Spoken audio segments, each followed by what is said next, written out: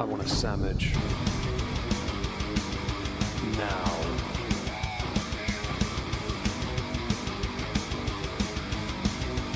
Oh, sandwich wench.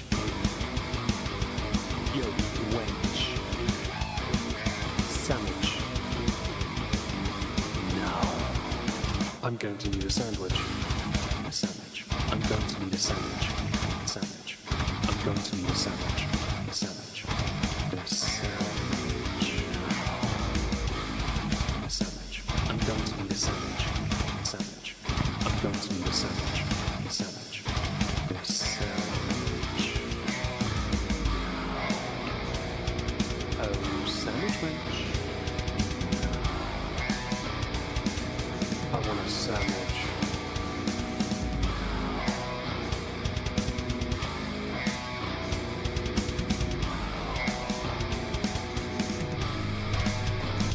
Sandwich. Hello everyone, welcome back to another episode of Not Worth a We're Never Here Really Much Cork. Joining me to talk about some bits and bobs and doodahs and whatchamacallits is Dr. David. Say hello, David. Hello, David. Hello, Meg. Hi. Hope everyone can hear us clearly, and there are no issues. We haven't been here for a while, sorry about that. There is a Glenmorangie stream. I saw the pronunciation of a recent Harrison Ford video. Had me question the pronunciation of it.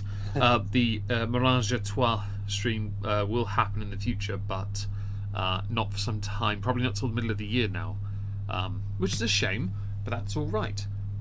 Recently at Yawning. We're off to a good start with yawns. Thing is, I'm not tired. It's just a lack of oxygen in the lungs. It's because I talk and then I get very self-conscious about breathing. Yeah, that thing we need to do to live. Yeah, it's really inconvenient. You have to breathe and talk at the same time. Yeah, I don't absorb the oxygen. I don't know how singers do it. Yeah, about as clearly as ever when David's involved. As long as he's loud enough. If not, let me know and I'll turn the volume up. In fact, I'll turn him up to another 10%. We are going to be going through a distillery that is kind of one of my favourites, but we're going to do it because we were able to work out we had enough between us to do this remotely. Usually we host these streams at at the bar, Marbury Bar, my bar. Yes, sadly, bar. We can't. Not for a couple months. There are things happening away from keyboard that have inhibited this. More important things. So David and I are going to try and make some time on the weekends to do these streams when we can, and obviously a Discord call here and there. And I should now confirm to David, I do not have the Highland Park sample set. Fair enough. But there is ruled out for now then. Well, yes and no. So I'll say it on air. I have enough points to get the. Oh, what was the set? It was a rum set they've got. I thought perhaps we could do. Yeah, but I know what you mean, but I can't think what it's called. I've got the set in my living room because I just ordered the set, and I could just use my points and send them to your house. So if you're happy to do that. I mean, it's free, and we get to do another stream, a Discord one for that, of course. So there will be a rum stream in the near future, and I'm not getting up to go and find out because that means making more noise. But we're going to go through Singleton, or the Singleton, because there's some interesting little facts about this that we need to discuss early. What do you know about Singleton, David? Well, it all started with a blind taste test. So we have done that stream before, yes, where I introduced David to the Singleton Malt Masters, the 12 and the 15. We hosted that in my bedroom, and after about an hour and a half, because the streams weren't that long back then, David managed to get the order correct, and he got for free a bottle of Singleton Malt Masters, which is not on the table today. No, it is on the floor near me because I have all of them out. But yes, it is not on the drinking platform. To be fair, you're clearing a bunch of samples out of your cabinet, which is perfect. But at the same time, so what I meant was, do you know anything about the Singleton as a distillery? I know the fact they like the logo of the fish. Other than it's part of the Diageo branding, not massively. What region is it, David? Well, it's Dufftown, so it's going to be I was going to say Speyside. You'd yes and no. It's sort of not, isn't it? The Singleton It is does say not. Speyside on the front, but it's sort of not, isn't it? The Singleton is not one distillery; it is three. You have the Singleton of Dufftown, the Singleton of Glendullan, and the Singleton of Glenord. 3 distilleries, and they are listed because of that as 3 Highland distilleries. But as we know, not all Highlands are Speysides, but all Speysides can be considered Highlands. We know this because Balvenie's a Speyside, as is Glenfiddich, as is a number of Macallans actually. But it's right where the area of the distillery that matters. Yeah. So yes, they have 3. It says Speyside on the front of the silken gown. It does. Box. It says it on So a that's few where I of was mine as going with, well, which is actually the correct thing to say. And yeah, Dufftown. I want to do a Duffman thing, but I haven't done the voice in years. Oh yeah, it's basically budget Macho Man. They have 3 distilleries because they're greedy. They are owned by Diageo, who own 28 malt distilleries in Scotland. They own 28, which is why. Pretty decent percentage. Yeah, I think the word monopoly is what we call that. They basically have Mayfair. Mayfair, Park Lane, hotel. Yeah, they've got a few hotels on those. And hello to Yempi and Shuck and anyone else that joins. We really appreciate it, you being here. Don't forget to smash like. If you have any questions, ask them. If you want to reply to the poll, please do. It helps us immensely. We haven't done this in a while, and of course we're grateful to anyone that turns up. We're going to be doing Hello, Singleton Yempi, and no, I'm not pregnant. Sorry. Otherwise, I wouldn't be drinking on the stream. It'd be very boring. This is going to be re-uploaded to Not Worth Cork on YouTube, the other channel, because this is a podcast, and they're not going to see this live chat. So I now have to link this this from Moisky Live to Not Worth a Cork, so they can see the chat. I really should just have an overlay for the chat, shouldn't I? And put it in the middle of the screen, just to make my life easier. Maybe in the future I'll do that. That way people can see. It could go along the bottom of the bar where the stools are. Possibly, yeah, it could be done, but when the screen's zoomed in, it might not work. The reason I chose Singleton, so I'm quite fond of the Malt Masters. It's quite nice. The Singleton 12 is probably the better. Of my bottles, the 15 and the 21 have been hit the hardest. The 21, I think, is the most hit hard. Mostly because I have a spare. Yeah, I bought the thing about Singleton also is the affordability part, in the sense that their 12, 15, 18 sit around where 10 years ago many of our 12, 15, 18s would have been, right? Like Johnny Walker, Glenlivet, I'd say Fiddick as well if you want to include that. Any other 12, 15, 18 trilogy, these guys are still there. Their 12 and 15 aren't far apart in price actually.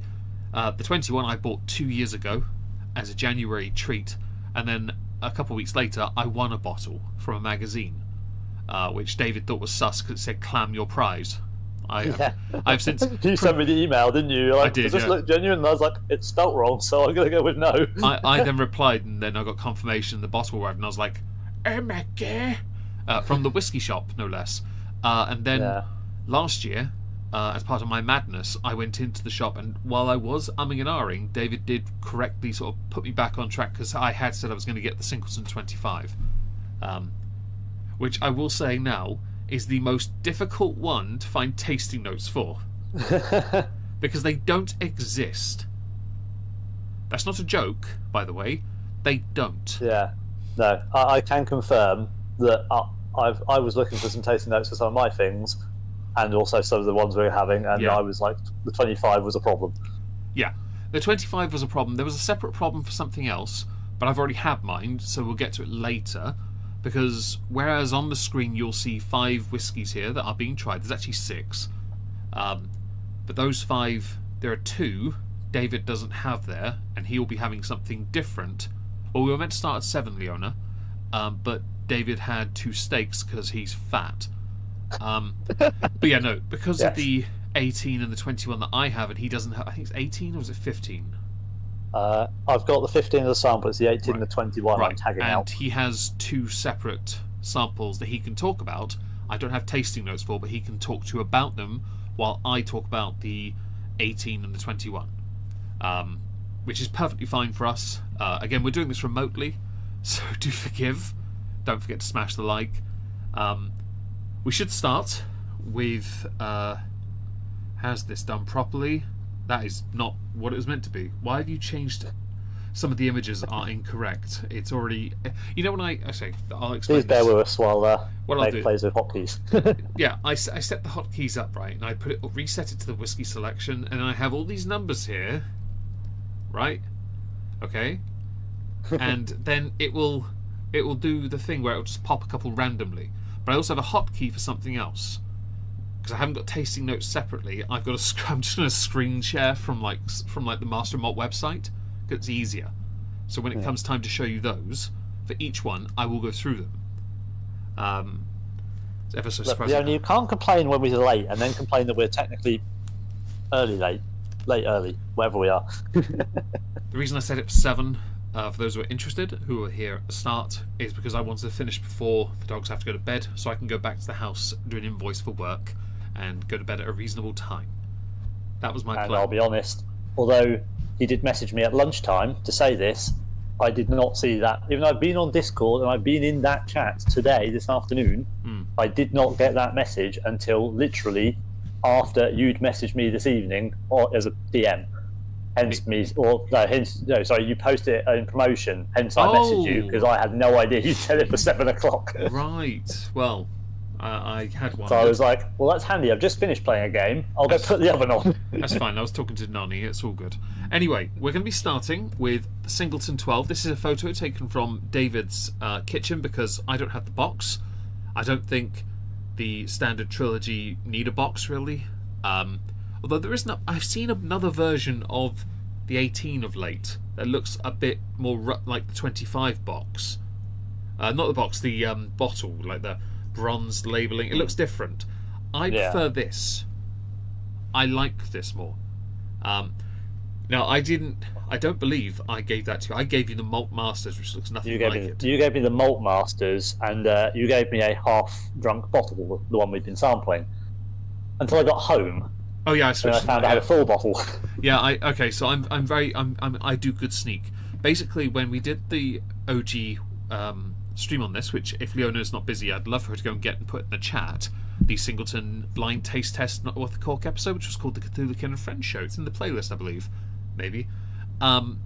Where what we did, I did this Malt Masters, the 12 and the 15, and David won a bottle. I gave him the half bottle because I'd had most of it. And then when he'd left the room or packed his bags and gone to the toilet, I just switched it for the bottle it came with. I thought, he won the bottle, I should give that to him. And I just finished my one anyway, because it's a nice, easy drink. And there's nothing wrong with the Malt Masters whiskey as a whole. But generally, we agree the 12 is probably the better... Oh, really? Oh, well, I didn't breathe for a while. Okay. We felt that the 15 is 12. Sorry, is the better of the 3 he tried, with him believing the 15 to be a bit dry, or cloying, I believe is the word he used. Yes. Which is something I would associate also with the 21 because of how the 21 is done. Is there anything on that box, David? Just out of interest, on the back. So we have a suggestion you can drink it neat on the rocks with soda. There's options. No. What have we got? Single malts made for you to enjoy. Every drop in this bottle is a labour of love. Any way to craft a whiskey as lush as this is to put your heart and soul into it.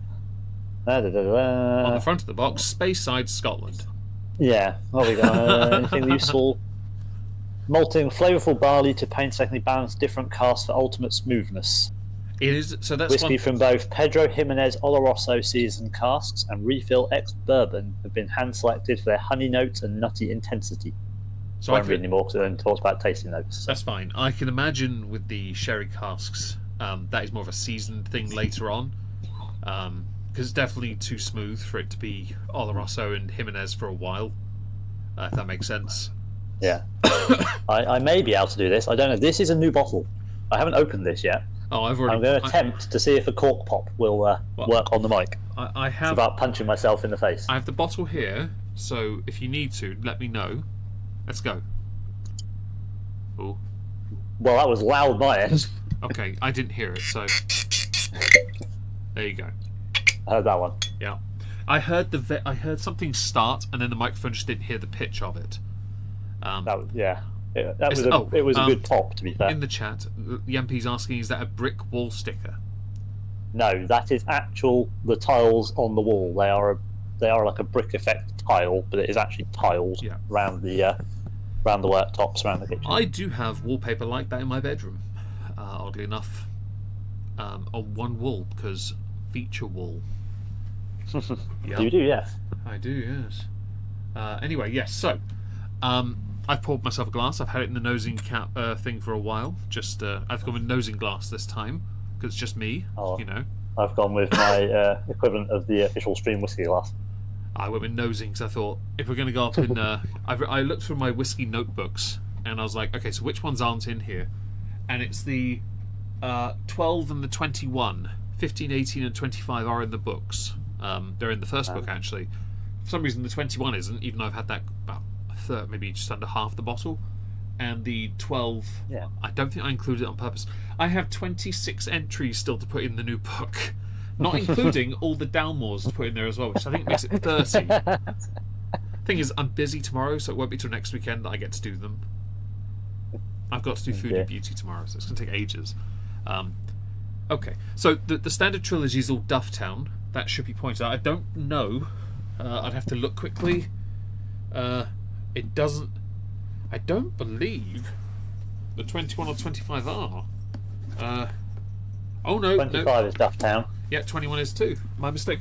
So I wasn't sure if it was the standard across the board for Dufftown, because I know that we get Glen Ord and Glendullan only in special releases. Yeah, so I've got a Glen. So mine is 2 Glen Ords and a Glendullan. The last one we've got we've both got the Glendullan at the end, and I've got 2 Glen Ords in place of your 2, which are Dufftown. Very well. Okay then. So I will read something quickly from Master of Malt, which I'll put on the screen. Will it work? And no, did it work? Tasting notes, yes. So we have here a little paragraph at the top. It's a winner of 9 Spirit Awards, which I can show you. Its most recent being in 2022 in San Francisco and the International Spirits Challenge. It's a straightforward, nutty, malty single malt from Speyside. It was released to replace the Singleton of Alcroisk. We definitely pronounced that wrong. I know. Alcroisk, I don't care. Oh no, it's Alcroisk, maybe. Alcroisk, based on Orkin Castle being yeah. That's what I'm thinking. Yeah, or Auchentoshan. It's aged in high proportion of European oak casks. Use a little stunner. And no, shut up.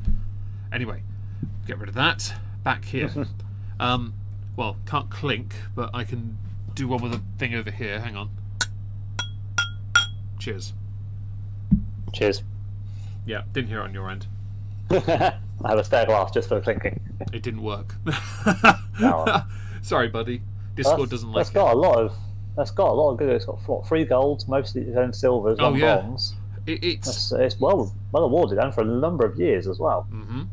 The thing about this is 13, the first one. You have to consider also with this whiskey, it doesn't need to win anymore because it's an established whiskey, which means they know they can make this whiskey this way, and it's fine. They don't have to get up the ante with it.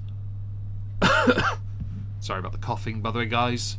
The fumes of the whiskey not being in my gullet are just doing a thing. Okay. Well, I'm gonna have a little sip. Yeah, let's do so. I don't. It's delicious. This feels weird, by the way, doing this remotely. Because in person, it's easier for us to sit and just naturally, or stand and naturally just talk. This feels weird. So, what are your first impressions on the flavour? So, I will admit, I have got the tasting notes up in front of me as well. We'll get those in a minute. To be fair, I would say they're pretty accurate for the palate and the nose. I didn't get everything on the nose, but I got like the sort of sweetness and the nuttiness. Yeah. And I would say orange. I wouldn't necessarily say it was orange zest, but there's something of that nature. So obviously that makes sense on the taste. It's smooth. I saw and it. it's I saw quite a kit. fresh. I saw this kit on Master of Malt. I saw it via Instagram actually when I posted the Singleton pictures earlier. I posted one of them from your kitchen, guess the theme or something, and I noticed an ad for Master of Malt for a tasting kit to help you or me understand certain smells, so you know what you're looking for, right? Yeah. It costs £275, and I thought, but I could buy £275 worth of whiskey and just enjoy it. I was going to say, I mean, I'm sure we could go to a supermarket and buy like barley and walnut and vanilla and things. I'm sure we could spend like Essence 50 and quid in extract. Tesco and get most of those things. Yeah, and then I could spend the rest on like another bottle of Singleton 21 or something. I'd buy something else. I could get another Spain malt. You never know. Hello, Michael. Hello, everyone, by the way. Hope you're having a marvellous day. Hope you're enjoying your Steam Deck. Yes. Good evening to anyone who is there who hasn't said anything in the chat. There's apparently 13 of you here, so good evening to you all. Damn. That's Nice what it says one. on my side. It's just dropped 1 to 12, but that probably was 2 you. of them are us. So. Yeah, well, maybe. I don't know. Might be. But yes, welcome all. Okay. Do join in, do ask questions if you'd like to know So- anything, or if you've had Singleton, please do let us know. Fill in the poll. Please Tasting. like the stream. Tasting notes. On the nose, malty with cereal barley sweetness, buttery toast, wood shavings, hay, and walnut. So the nutty and the barley, those are things I got. I didn't the wood, perhaps, but when I think of wood shavings, I think of like rat cage shavings. And that just makes Yeah. thinking about that makes my nose want to run. You know. Yeah, animal bedding wood shavings, Yeah. don't you? Well, it makes my nose run just thinking about it. So I don't want to. I think it's definitely a very sort of like it's very malty. I like it. Yeah, it's a good smell. Very nice. This is the thing about Singleton is, even with all this flavour it mentions, it's still really smooth. I see the dad joke, Michael. Very, very, very much proved. It's also, but just a thing of interest, it's not an expensive whiskey, but notice here on this image, it's cheaper right now to buy the gift pack with 2 glasses. Like, why? What? Look, What it's, the? It is! unless it's, 43 quid for the bottle on its own. hang on, let me click on it. 39 It is quid for the Singleton bottle with 12. glasses. It's Singleton 12. It's on a price drop. Like, honestly, I was right. Yeah, It's but cheap it's on price drop. Hang and on. still cheaper. It's on price drop from $39.92. It's So the gift still- pack is still cheaper. Yeah, You know yeah. what? It's not on offer. Yeah, just make this make sense. I want to read one of the Who does reviews. your pricing, Master of Malts? I do want to get to one of the reviews on this in a bit because the first one made me laugh quite a bit. On the palate, it says orange zest spiciness perks up a malty core of nuts, oak, and toffee, hints of cut grass. So I'm going to have another little sip here. Hi, Bubbly Productions. Hope you're well. This is what you said about reviews. That's something we do need to do at some point. We do need to actually go through reviews of whiskey, find some good ones, and just do a whiskey review reading stream. Because that we could do separately quite easily. That could be a Discord thing. Yeah. So orange zest, not really. Spiciness does, yeah. Malty core, definitely oaky and very smooth like toffee. Cut grass. I've never really eaten cut grass other than as a I child. think that's what gives it the kind of the freshness. Yeah, perhaps. Hello, That Simon. freshness Hope you're coming well. through. What if your nose ran because it knew you were going to cut it off to spite your face? That's very clever. I like that. So the finish has some length, and I agree to that because I still feel it, and I had my sip at least 15 Mississippis ago. I think it's quite nice. So how many number 2s have you had in that time on your back? Yes. Or your front? Yes. No, I think it's a lovely whiskey. Are you pouring singles this evening, by the way? Yes. Okay, I put this one's. I may double on the last one, but I doubled on this one because I thought it was like the easiest one. well, actually, I tell a lie. I'll have a single of this, but everything else will be 3 CLs because that's what the bottle is on the dram. Which is double essentially. Because the measure is a bit, yeah. It's not my dad. If you're listening, Dad, no offense. Send him a Heron though. It's no offense to my dad, but his double is what I would call a quad. Yeah, yeah. We have established your dad's units of measurement are a bit off. You realise that means his double of like Nika days in his old fashioned is a quad and is still acceptable. True. Yeah. So 4 shots. Damn. All right, fair enough. I think this is lovely. I want to go down here to the bottom. Reviews are here. First one. Half a star, single tone 12. First single malt I've ever described as insipid. Truly disappointing, but I tend to favour Isla's. From a guy called Eric in the United States. Now, I know a guy called Eric in the United States. Is this someone you know? May well be. I know this name. I mean, they clearly haven't drunk any American. I just like they called it single tone, and they said that I tend to favour Isla's. It's such an American thing to say. I just like peat and smoke. Anything else is insipid. Do you even know what insipid means? Take the word in and id off and just make it described as sip. How about that? Truly disappointing. I know he is definitely poor. Truly disappointing. There are words in here you do not understand. For the price, I mean, I can understand with the markup, like sending to the US, for example. I fully understand. I like the fact the owners said that no, whoever, when I referred to her, he went, no, he has shit taste and poor something. She hasn't finished the. Oh no, sentence, just but... and he's poor basically. No, I know who she's talking about as well. Right, hello, Brian. Hope you're well. So you're not late. We were meant to start at 7, but David he had too many steaks, so we started early-ish but late-ish. We're kind of double grounding. We set it late. We set it late, but started early of the late time, but later. Anyway, early time. Yeah. Back to this though. I saw this review when I was setting up the screen record for this, and it cracked me up. I thought, yes, because we love an Islay. Some of my January treats were Islas. I was genuinely tempted to buy the Caligula 25. We do love Islas, and we drank a lot of good Islas. I bought a few Islas. But if that's all you favour, then you're not interested in sweeter flavours. Single tone is a Speyside. Speyside whiskies, although these are considered also Highland whiskies, in the context, because all Speysides are Highlands, because what Singleton and Balvenie, Glenfiddich, because of Dufftown. Dufftown, by the way, is the capital of single malt whiskey, but it's the capital of sweeter whiskey as well, because that's what a Speyside is. It's not the sweetest, that's Lowlands, but Speysides are right there as well, and we know this. So you favour Islas, because Islas generally, excluding like Bunnahabhain, Islas, no worries, Bri, hope work goes well for you. Islas generally are peat smoke. They are harsher, coarser. That's what they are, okay? They're stronger. And that's such an... No offence to anyone's American, but it's such an American thing to say. I've watched a few American YouTubers who do alcohol things, and they talk a lot about bourbons or sour mash, right? They love they call them whiskies because they're cute about it.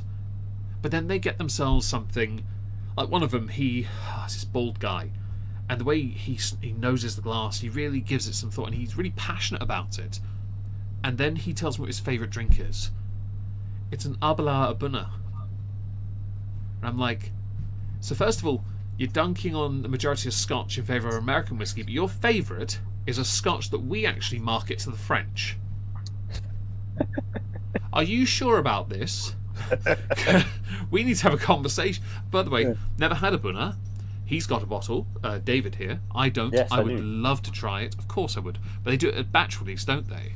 Yeah, that's the issue. I haven't opened mine because they're different batches. And obviously, if I like it, I won't be able to get another one. If I don't like it, it's a big bottle to drink. It is. But and they're quite interesting. Then, I mean, if you didn't like it, there's always a chance I would, and I just switch it with one of mine. Yeah, that's true.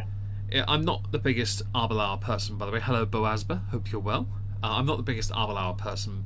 I don't mind it. I know the 12 has been getting a lot of attention recently, along with which I've had as a stream whiskey. I think they've changed the bottle and the tubing on it. They've made it a bit narrower, I think. Glendronach is another one that's gotten a lot of attention of late as well. Classic bottle style writing. Singleton, though, something that's very unique about Singleton and many Speysides is the bottle shape. This is wide but very thin. Yeah. It's not a round bottle. They're very thin, aren't they? The back is flat, virtually flat on the back. Yeah, it is. And that's very distinctive. They're tall, wide, thin. They have it looks like a speed bump if you lay it on the floor. It does, yeah. It basically does. And whiskey speed bump. Yeah. It's a lovely whiskey. Alright, so do you want to do 12 seconds first? I'm happy to. I was just reading down some of the other reviews. I found a couple of interesting ones. One of them is unremarkable. Nothing really to write home about, but enough to write to Master of Malt about. We don't forget here, Master of Malt was the one that had that 14 joke. If this was a person, I'd be able to register. There's been some good ones on here before. Where was the other one I found? Yes. The review title is Bushfire. Absolute shit. Burnt taste, like drinking for a stream during a bushfire. Zero flavour, just horrible. I will give it away. Homeless will probably reject it. Very disappointed. Was it a please? My regular is Grendronac or Macallan. Mepho and boot polish would be better. I like this idea that when I say disappointed, I can imagine they're sounding like Hercules when they say it. If anyone recognises that. Right, I've got the stopwatch up. So I'll hit start, and then you just tell me, you just sort of like when you're in your mouth, yeah? Okay. So give me the sign and I'll... Right, so 12 seconds, one for every year of maturation, and basically you're supposed to be able to taste more of the profile from it. This should help, and swallow, David. It's a lot more tongue forward if you hold it in your mouth. Yeah, I noticed that. That's where the zestiness definitely comes through. That's the right part of the tongue, though, isn't it? It's the right part of the tongue. Yeah. It's not going to sit at the back, is it?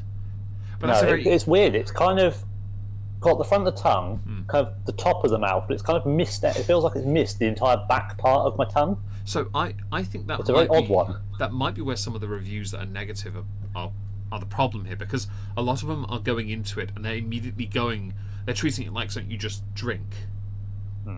Yes, this is, by the way, a drinking whiskey. It's a very versatile drinking whiskey. It's affordable. It's not expensive, you know.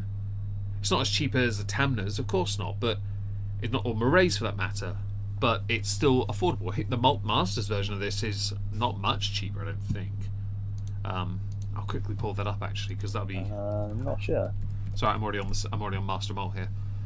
Singleton Malt Masters. That's not my stomach. Oh yeah, 42.44. So it is in fact £1 cheaper than Malt Masters. You may as well buy the 12, just to be clear here. It's not much cheaper at all.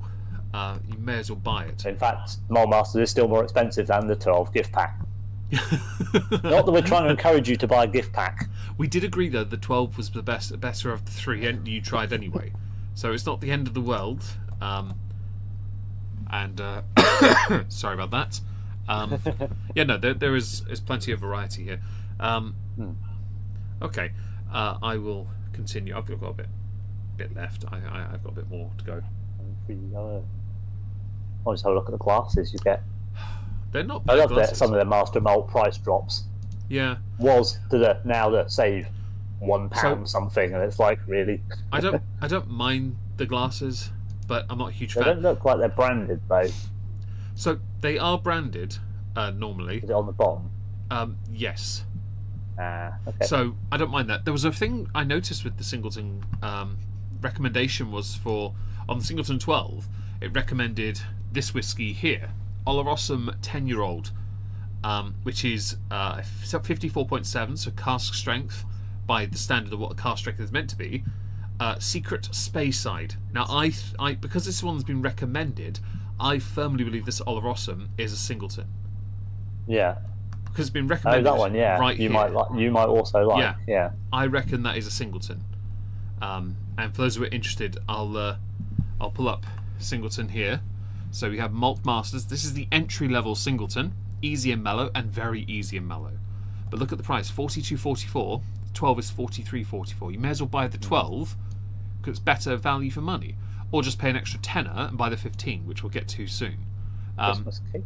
I do not recommend paying £5 for a sample of this, because you can buy this bottle for about 20, No, 25 I quid. just saw that. I thought that's quite expensive for a sample. Well, it's because of the price of the bottle on their website. I assume there's a shortage. The reason Malt Masters even exist, by the way, is because of because of the popularity of the 12, which this has no awards to its name. It's not an overly complex whiskey. It's genuinely a very easy drink. I'd buy this for anyone who's getting into whiskey. I'd buy it from Sainsbury's or Tesco or something. Yeah. Sainsbury's more likely has it, because this is usually 25 to 30 quid. That's not a dig at Master Malt, by the way, because we love Master Malt. It is the best. It was voted the best. Master Malt, the best online alcohol retailer of the year, and rightly so. We've been using it since like 2009, 2010. Yeah, we've been using it since our uni days, haven't we? Well, yeah, actually, yeah, because I think the first thing I bought was that sample of the 18 Centenary from them, and then we started buying samples and bottles and never looked back. But yeah, may as well buy the 12 because it's better value. And I'll be honest, get the gift pack. Seriously. Yeah, you can't get the gift pack in the supermarkets, but you can normally get it. Like Tesco's often have with someone their club card offers, and it's about 25 to 28 quid on the club card offer. Interestingly, Sainsbury's had a deal where if you bought a bottle of Lefroy 10 Auchentoshan, you could get a beanie in the store from their distilleries. They had a whole box of them. All right. Yeah, I went in and found out, and they were already gone, but all the bottles were still there. And I'm like, well then. I was a bit annoyed because I wanted one. The bottle isn't very pretty. Sparkles. It's not the most pretty bottle, but it's a very distinctive bottle because it's a very wide and flat bottle. And hello, Miss Sparkles. It's wide, it's flat, it's not round. It's a speed bump when you lay it down. It's really not. I like this whiskey a lot. I think it's my 12 or 15. I think they've been. I think the 15. No, the 12's been refilled. Because I'd nearly finished that. The 21 is not far behind. The Diageo is also quite popular here. I do think at some point we probably should just spank one of these bottles for our laugh. Hello to everyone that joins, by the way. Don't forget to smash the like or personalised emotes. What's wrong with the Swan Assassin? Okay. I'll leave that to you. That's your department, emotes. I don't even know where to start with them. Well, I'll look into. I'll have Leona. Please remind me tomorrow. We'll outsource it to the secretary. Oh no, yes. Keep me. Remind me tomorrow, and I'll look into it. It's a lovely drinking whiskey, I think. It is. I mean, to be fair, as you say, for the price it is now. Well, it hasn't really gone up. I know Master Miles a bit more, but it hasn't really gone up massively like the other whiskies, has it? It's stayed in that roughly the same price banding. It has. For the 12-year-old, which makes it very good value. I agree. I do like the reviews. This is a very celebrated whiskey. And I'll just compare it, right? The Livet 12 is around the same price. Old Pulteney's cheaper, but Old Pulteney's different. Livet 12 has only 3 Spirit Awards, but I think they rebranded that one, didn't they? Yeah, so the Glengoyne 12 is £1 more. That's got 7 awards, got 4 golds and 3 silvers. I would say I do not recommend the Glengoyne 12 personally. I don't think it's that great personally. Old Pulteney 12 has 6 awards from 2022. You know, that's not bad.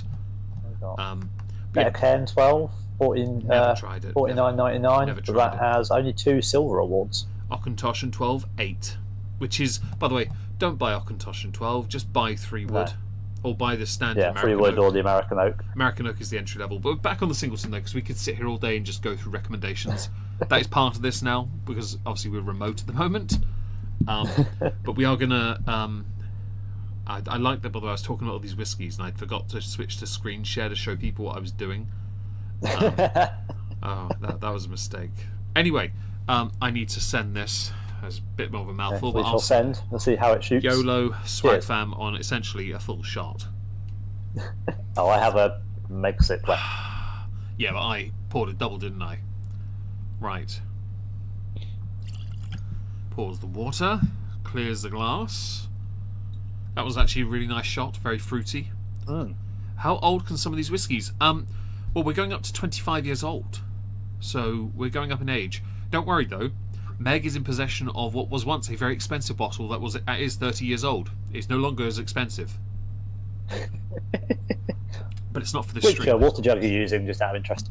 Me, I'm using a German glass for Kolsch that was given to me by a housemate because it's really thin and I put the water into it before and I was able to... It's easier to pour into the nosing glass because otherwise I can't do it properly. Fair enough. I'm using my English one. I was trying to be clever about it and I realised I couldn't use a standard water jug. I didn't get the Johnny Walker Black one out. I thought that might be a bit overkill. Yeah. Last better. What's the oldest whiskey you can buy? Well, the oldest whiskey I have bought is a 30-year-old. I bought it on the 24th of January in Norwich. And we tried it on the 25th in the shop along with 15 other whiskies, all written down in my book here. Hunele. Yes, some of us thankfully didn't have 15 other whiskies. You were not far behind. Shut up. Oh. Don't try and be defensive either. You were close to double digits. But we didn't do the Glenmorangie stream because of it. Yes. Because I knew I couldn't because I'd had so much. But Yeah. yes, a 30-year-old whiskey. I put a fair amount down on it. Hello, Ponyboy Curtis. We do try different whiskies. Yeah, today's the theme. We're going with the Singleton. We are. Come back here. Is that correct? That is. Yes, we're doing Singleton today. Have you finished or have you re-watered? I have watered. I am refreshed and ready to go for Very number well. 2. Okay, so number 2 is the Singleton of Dufftown. Oh, I'll go back here. Where is it? That one? I will say for Miss Sparkle's benefit, in terms of some of the questioning, Go on. the oldest ones I think generally currently available are around the 50 to 55-year-old mark. I don't think there's many more for sale older than that. I know Highland Park have just released one that's in that area. So we're looking about 50-ish years is probably the oldest point that a whiskey would be on general sale. Yeah. There might be some older ones on some specialist sales or like specialist auction sites, but yeah. So last year we were told on the English Distillery Tour that after 50 it's pointless. At that point you're just buying a symbol because there's nothing more you can take from the wood at that point. And I tend to agree, although the oldest I've had is a 30, David is a 40, I believe. He took a 40-year-old and he took it well. I've had a 40 Glenfarclas. The oldest one I own is the Tranquility 35, which was my 35th birthday. But the oldest one he has open myself. is an 18. Just to be clear, because you haven't got a 21 open, have you? I don't have a 21. Yeah, we need to fix that. In No, the 18 summer, is don't the we? oldest. In the summer we'll fix that. We'll make you start saving up your money, David. Get yourself a little. I'll get you a little pot, and you can start saving up. Anyway, I'll do the pop sound. This is the Singleton 15, which is named Fruity Decadence, whereas the 12 is called Luscious Nectar, which I like the fact they named these. It is a vibrantly fruity, chocolatey and subtly spiced single malt, distilled, matured and bottled at the Dufftown Distillery, which has apparently been enjoyed since 1896, when David's mind was first born. I'm not trying to say he's old, but I think we think of James May, to be honest. you're not far behind. Captain Slowcook. Right. I poured mine. Here. I Right, poured mine. It had a very satisfying glug as it came out of the bottle. I'm glad it did. I kept mine near the microphone. 3 CLs it. This feels a bit definitely more than strange. last time. For those who don't know, David and I are remotely streaming, as we're not able to stream together for a little while owing to some away from keyboard work-related issues. But we shall, of course, be resuming when we're able to in the future. For now, though, we will do this remotely as long as we're able to make it work. Yeah. Right. I'll pull up the tasting notes for this. That's the 12. I'll switch tab. Here we go. Singleton of Dufftown 15-year-old. It is 52.97, which isn't too bad, to be fair, for a 15. No. It is the winner of 6 Spirit Awards, most recent being 2015, I believe. Yeah, 2015. Got a Speyside Single Malts 13 to 18-year-old Scotch Whisky Masters. So this is another whiskey that does not need to change anything. It's a guaranteed good whiskey. It has a 4-star rating on Master of Malt. This one before has 3.5. So it's gone up. It's currently on a price drop, which is good. There's no gift sets for It's this. got no reviews that aren't 4 or 5 stars, though. Really? Well, okay. So there are some 3.5s that seem to count as 4, because on the actual reviews thing, it's got 4 stars 6, 5 stars 4, and there's nothing of 1, 2, or 3. So if you switch the we go to sort by on the reviews from lowest to highest, you get the time definitely improves it thing. Very, very drinkable. And the reviews, 4 to 5. We'll get to that soon, of course. But I thought I'd share that with you. Who sounds like a cutie? And who's old? David can't help it. Right, anyway. Sniff test. My nose is trying to block up and I don't know why. Okay. So, what do you get on the nose when you're sniffing away, David? So it's, I think, a little bit milder than the previous one. It's not quite as forthcoming. I am doing the little blow to you clear need the to, alcohol. I get like the fruitiness. Yeah. But that's kind of about it. When we did a sampling at your flat of the Taliskers, we noted that from the 10 to the 18, it mellows massively, and then to these samples we had at the 25, it just got softer, but in a good way, but a way that kind of throws you because of what you consider a standard Talisker. Do you think the same applies to Speyside whiskies as opposed to island whiskies that are normally quite coarse comparatively? I don't think I can say yes, because I don't think it does across all of the distilleries. I think there's certain ones where it does definitely change. Yeah. I think there's some where it doesn't so much. But, I mean, I think for me, like, this one doesn't.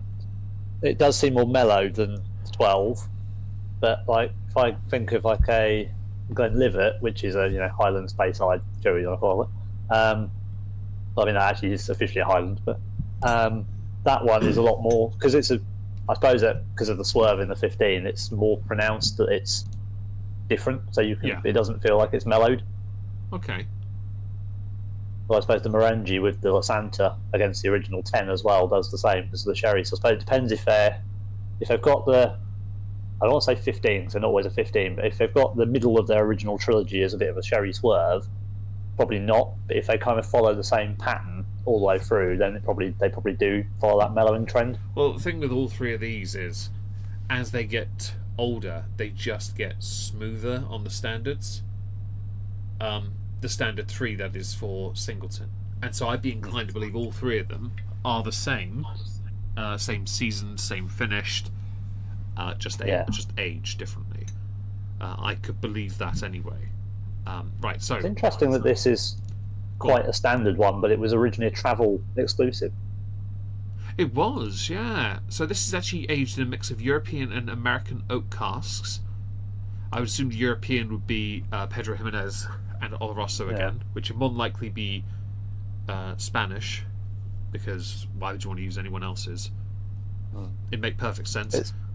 It seems quite a, I don't want to say basic, but it seems quite a normal bottling for a travel retail. Travel retail is normally where they release the slightly more unorthodox. Yeah. If you think of like Talisker Parlay, I think that went travel retail to start with, or that Boonahaven I sent you from Heathrow, the one that had all the weird casks on it. Yeah. The travel exclusive ones are often same as like the Johnny Walkers, the Spice Road and the Goldroom. They're normally something they've done that's a bit different, that they're marketing for broad appeal, right? But with a uniqueness that just a European and American oak. That's very down to earth, kind of. I think for normal whiskey. So on the nose, nutty and aromatic, yes. Hints of walnut, apple peel, and custard, so apple pie of some kind, almond and barley. I mean, custard I kind of get, but I maybe apple. The nutty part I'm not getting as much of, because that's a lot of nuts. Walnut and almond, that's two very contrasting. It's like I didn't realize I was drinking Di Serono. Warm apple, apple turnover sort of thing.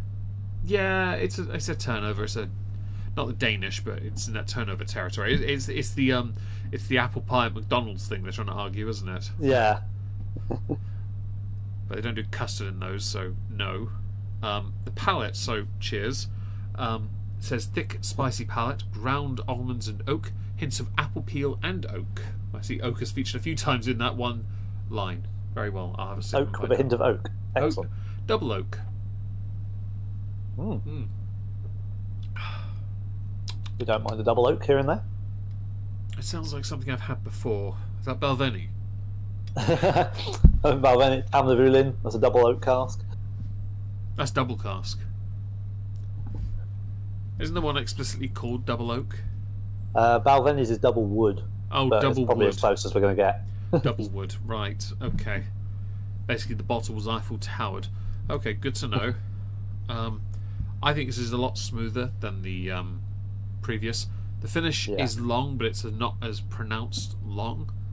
It's a longer, but it's a more mellow finish. It says nutty long. Feel it longer, but it doesn't have quite the same sort of impact. Yeah, nutty long finish with pralines and apple. And I like praline as a chocolate. I'm quite fond of it. You're not such a fan of it, are you?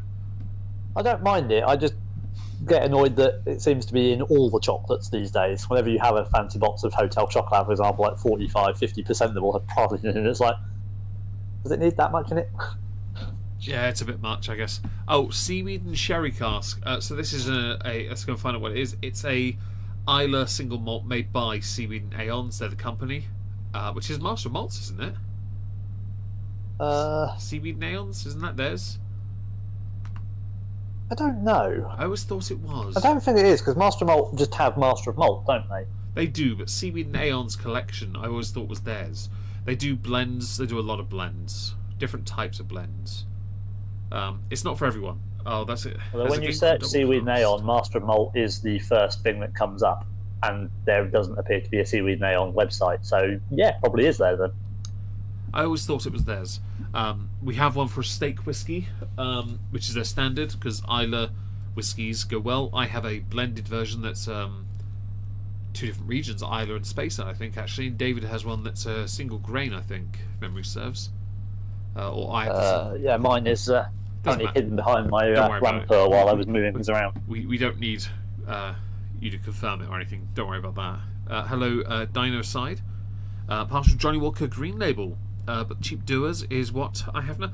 Nothing wrong with that. And Johnny Walker Green's a fantastic 15-year-old whiskey. Johnny Walker Green is very good. Yes, we agree. And welcome to the stream. Smash the like. The original one is slightly better than the newer one, mainly because they've changed one of the distilleries in it. But it's still got a lot of good distilleries in it, so it's still very good. Do you know which one was taken out? I think I've got. If you give me a minute, I have got an old and a new. Bear with. Oh, okay. I can raid the cupboard. Well, while you do that, which No, sorry, I've got 2 olds. I've got the new and it's in the other room. I've got the box though, so I couldn't confirm it. Never mind. Welcome though. Favourite was praline and cream. My favourite ice cream as a kid was rum and raisin. And as an adult, it's just vanilla because I'm old. Anyway, so we're going to carry on with this. The reviews for this whiskey are as follows. Oh, actually, hang on.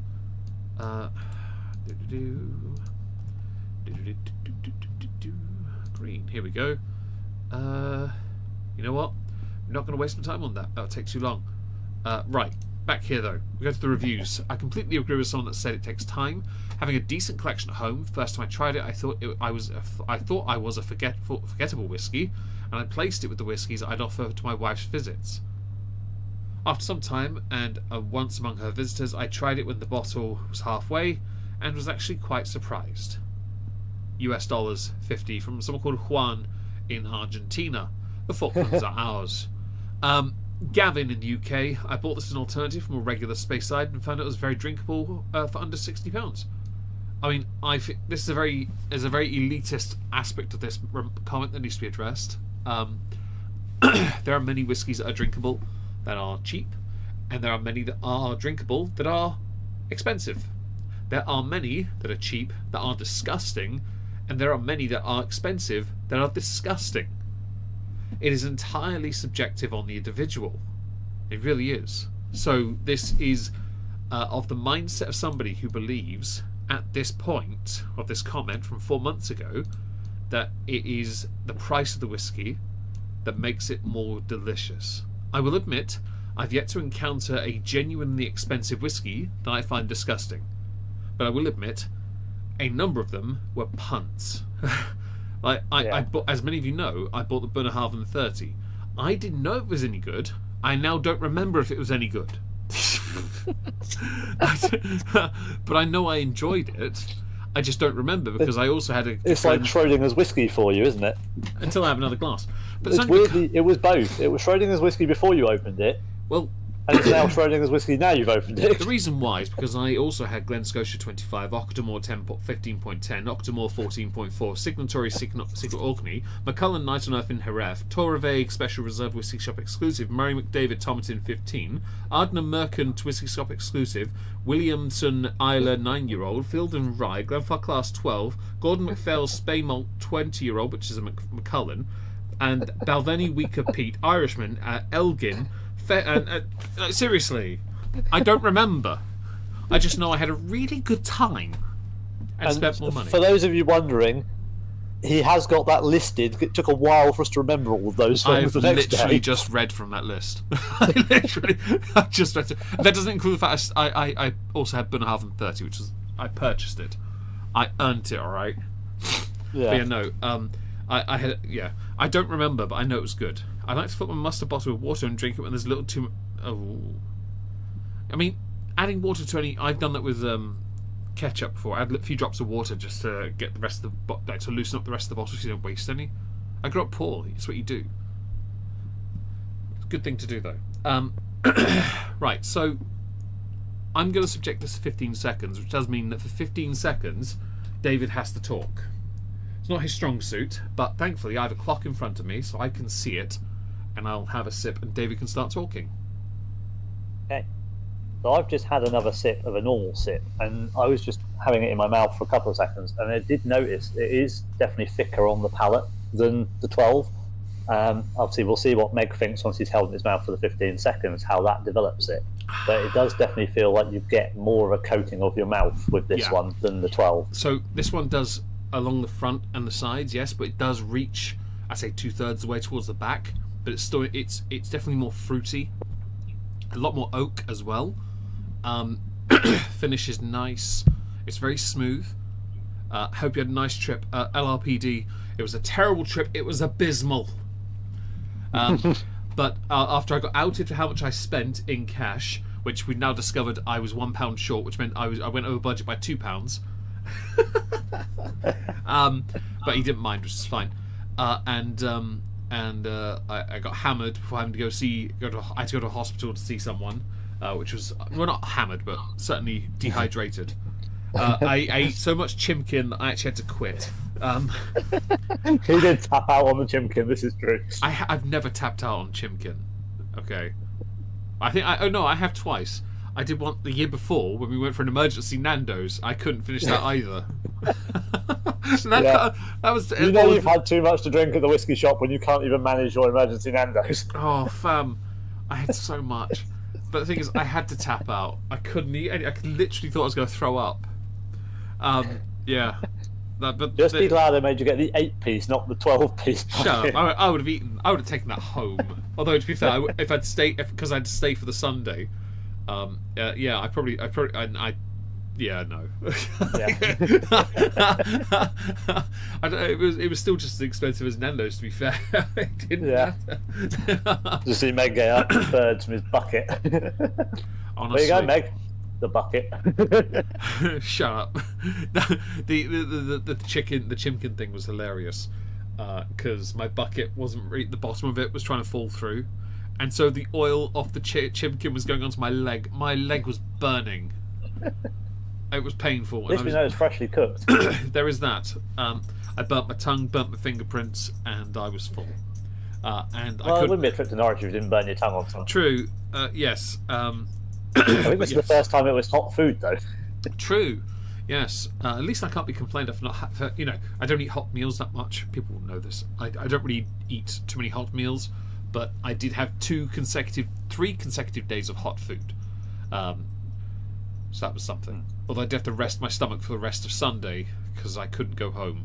My stomach was not feeling very great. Anyway, we'll carry on. What do you think of this whiskey compared to the 12?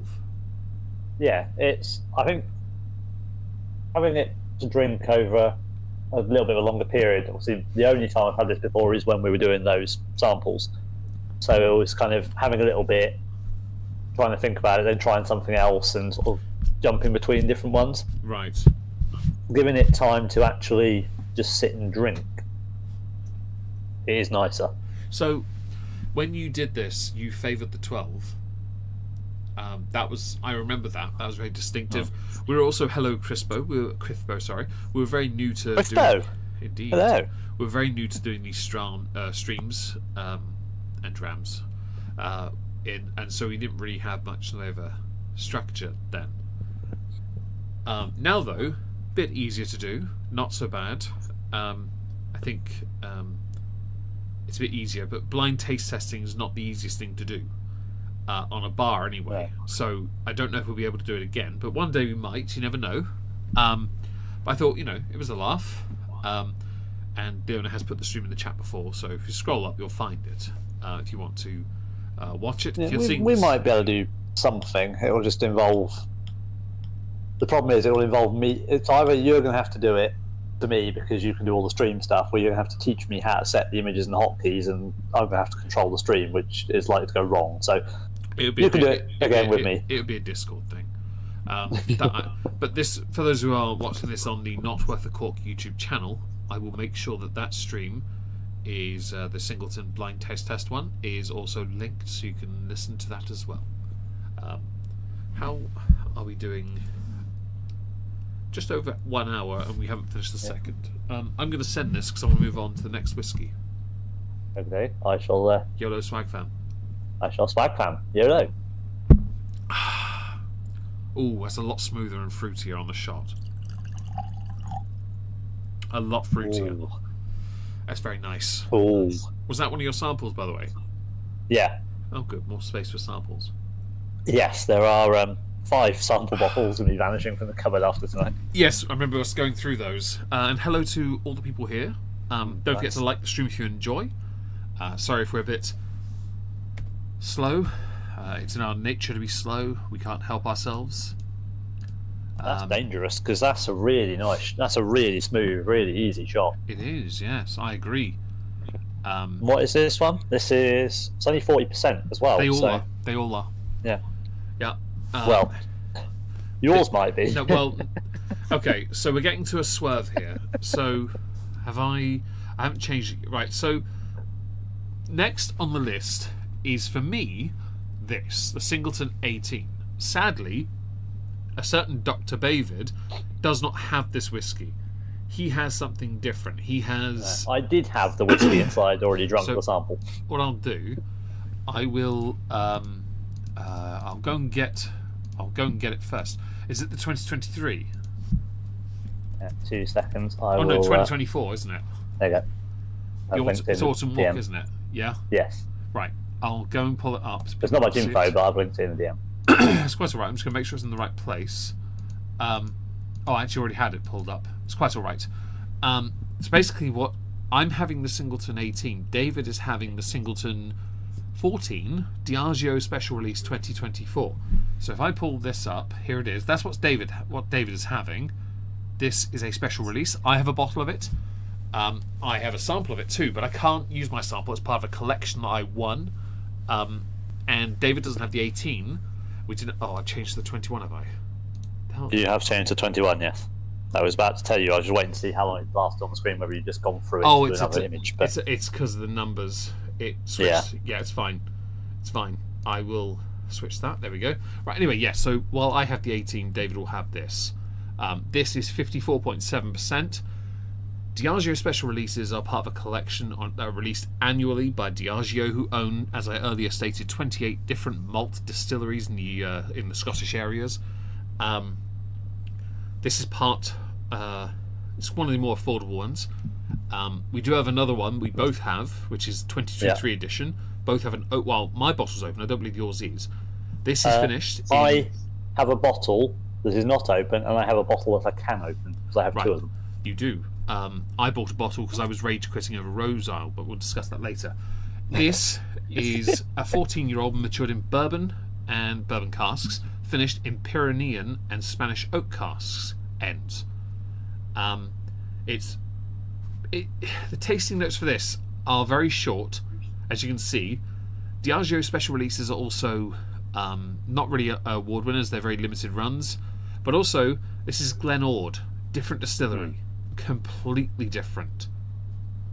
So it's not the same. This is why people say this might be a Highland, but I believe on the tube it might well tell David if it is.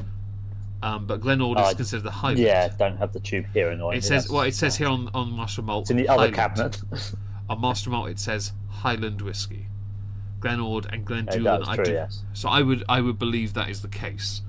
I recommendation: the two of you are playing It Takes Two on stream while drinking. What's It Takes Two? I know what that is. Some sort of co-op game. That's as much as I know. Okay.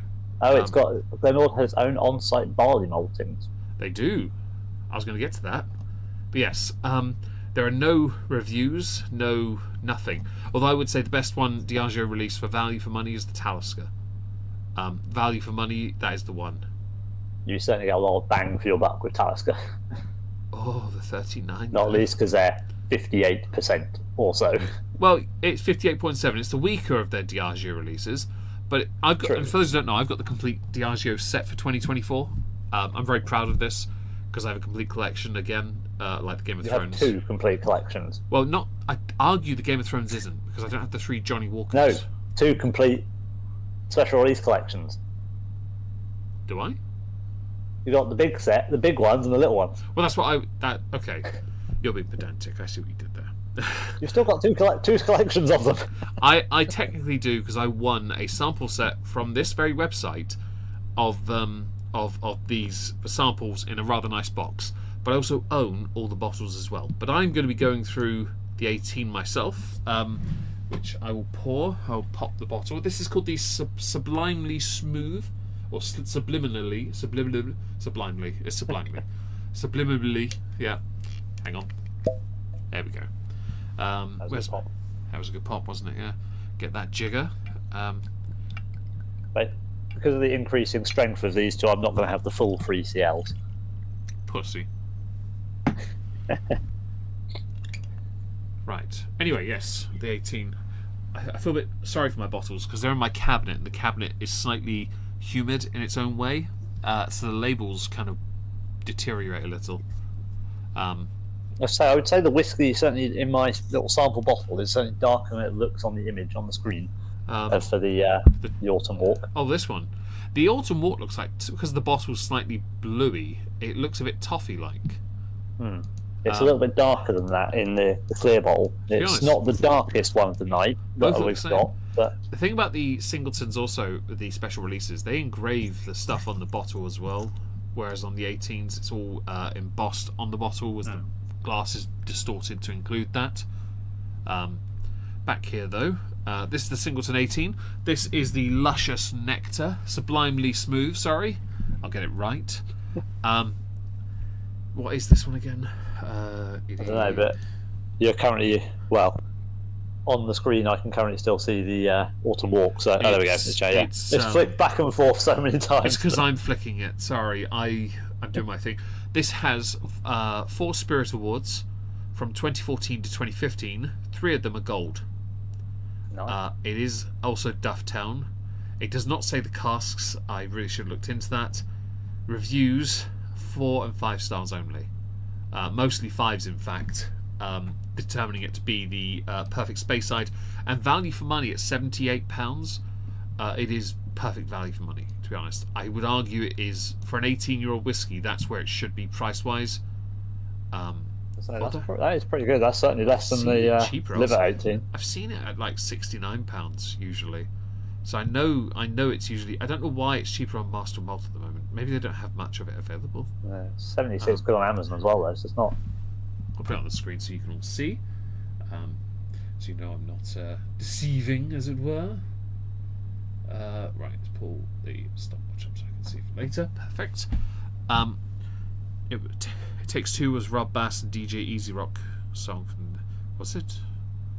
I'll take your word for it, guys. If you have any questions about Singleton, though, don't hesitate to ask. Anything is always question related is always appreciated. Why did David, by the way, buy Autumn Walk? There's a story here. Well, it stems from the fact that I've ended up buying the previous 2 Diageo special release Singletons. Because I have the Silken Gown and I have the, I can't remember what the one before that was called, the very peaty red wine one. But you didn't buy that one, I did. This is true. Actually, yes. This started because I bought the Talisker. Yeah. And you bought the Singleton. And then we traded. I then found the Talisker cheap, so I bought another one. So there's a reason why. It was because I couldn't fit the Singleton in my glass cabinet. Yes. Couldn't fit it That inside. was it, yes. I couldn't fit it in there, so I traded it with David because I had a 20cl of that same Diageo special release, which they normally do, but they haven't done this year. Oh, last year. No, they haven't actually, have they? I had the 20cl of that one, and we had a glass of it. We sat in my room, my bedroom. We were playing a game, and we had a glass, and we were like, "Oh no, this is dangerous." And then we spanked the bottle, the 20cl bottle, over time. I bought it a full bottle, knowing I wouldn't need to open it because I knew it was delicious. Traded it with David because Talisker, and I've made it a point to always buy the Talisker ones every year. I've got the last 4 now. Yeah. Although for David, annoyingly, he's got the last 3 of these, the last 2 Mortlags, but there's no point in him buying the Singleton from 2021 because it's a square box like the Singletons. It's completely different. It's out of character. It doesn't look right. Although David, if he had the money, he could go back to 2022 with the Mortlag, but 2021 was a square box as well, so it's redundant. They seem to have had a shift at 8 point. Yeah. But the weird thing is, though, I'm the one with the collection of standard Taliskers, and yet I was the one that was getting the collection of Taliskers on the special release, or you were the one getting the collection of Taliskers on the special releases. Yeah. But you're the one with the Singletons, and I'm the one with the Singleton special releases. Yeah, I probably should change that at some point, but it sounds like effort.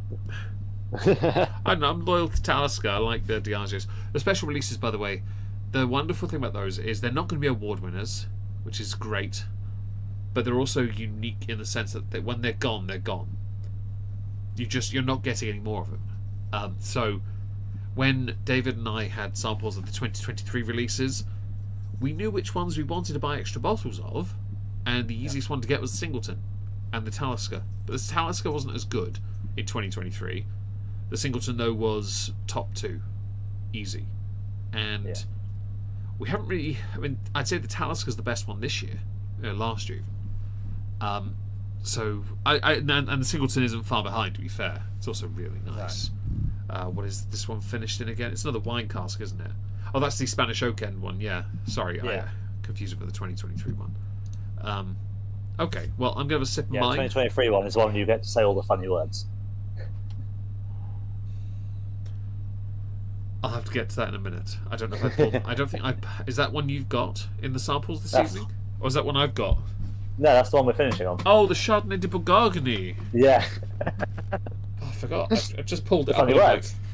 Yes, you're right. I've just pulled it out. I just remembered, and I'm like, oh yeah, I've got it down here. I looked at it quickly, and I was like, oh yeah, white wine finish.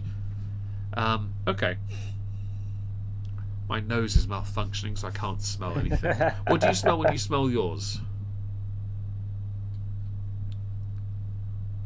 It's very fruity again. Not really getting the nuttiness of the previous 2, but obviously it's a different style, so that makes sense. It's bourbon cask again, though, so the basis of it is true, but it's 12. Glenord, isn't it? So that's different barley. Mm. If it's a Highland, it's not the same barley. There's a very, very, very subtle smokiness at the back, but nothing that it's not anything that overpowers anything. So mine is determined here to be soft, warming, lusciously fruity, lots of flavour. Lots of flavour doesn't help if you're describing it as lots of flavour without giving us the flavour. Vanilla sweetness, toffee apples, cocoa beans. So, toffee, vanilla, yeah.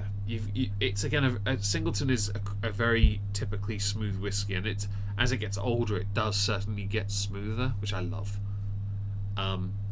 My dog is waggling her tail. I'm going to give her a fuss. You talk. Hey, Hey, you go, Pwonky. So it's interesting you say toffee and vanilla, because on mine we have a freshness balanced with comforting sweetness that swells with vanilla, toffee, and spice. Oh, really? Yeah, and actually, to be fair, having just had a mouthful of it, yes. There you go. You go on my lap, okay, dog? Okay. It is sweet, it is smooth, and there's a kick at the back. All right, I'll have a little So sip of mine. it definitely Cheers, lives up to that. Shanti. Fine. It I'm really gets, confused, Leona. Why were you not able to get into your kitchen? Surely it's not difficult. You walked to the kitchen and opened the door. there was a power issue earlier. Oh, okay, right. That makes more sense. Yeah. Fair enough. The 18 gets smoother, I think, and I think it's quite nice in that respect. It's lovely, it's warm, but it's not. It's quite cool actually at the same time. There's nothing building. What's the ABV on your 18? Is it 40 still? 40, yeah. Yeah. The trilogy is 40. It's very standard etiquette for this particular whiskey. I'm going to grab a cushion so you can sit on my lap properly, Wizzy. I'll get this one here. Look, see, I put that right there. So while Meg gets Wizzy comfortable, there you go. because she is the princess of the stream. She is right. She's comfortable. I am obviously being slightly more abstemious with my measure for this because this is 57.4%. Pussy. So I've taken a 17% jump up in ABV. My next one's not too much lighter. 54.7. 57.4 according to Master of Malt. Master Malt 54.7 on Master Malt. Okay, it's both on Master of Malt because on the top bit it says 54.7 and in the paragraph it says 57.4. Oh yeah, it does. You're right. 54.7 it says on the bottle, so they're on the dram. So there we go. Yeah. 54.7. Okay. My apologies. But yeah. No. That's even Well funnier done, because Master Malt. you pointed out an error. I love it. No, well done, David.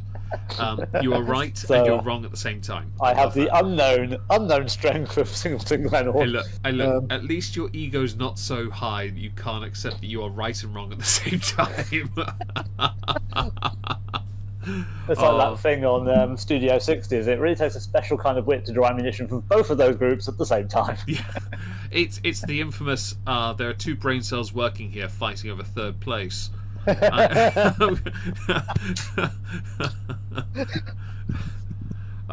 may have been thinking of insults earlier, and I was enjoying that one a bit too much. It's like those things where it says, "What's the best insult you ever heard?" without using like profanity.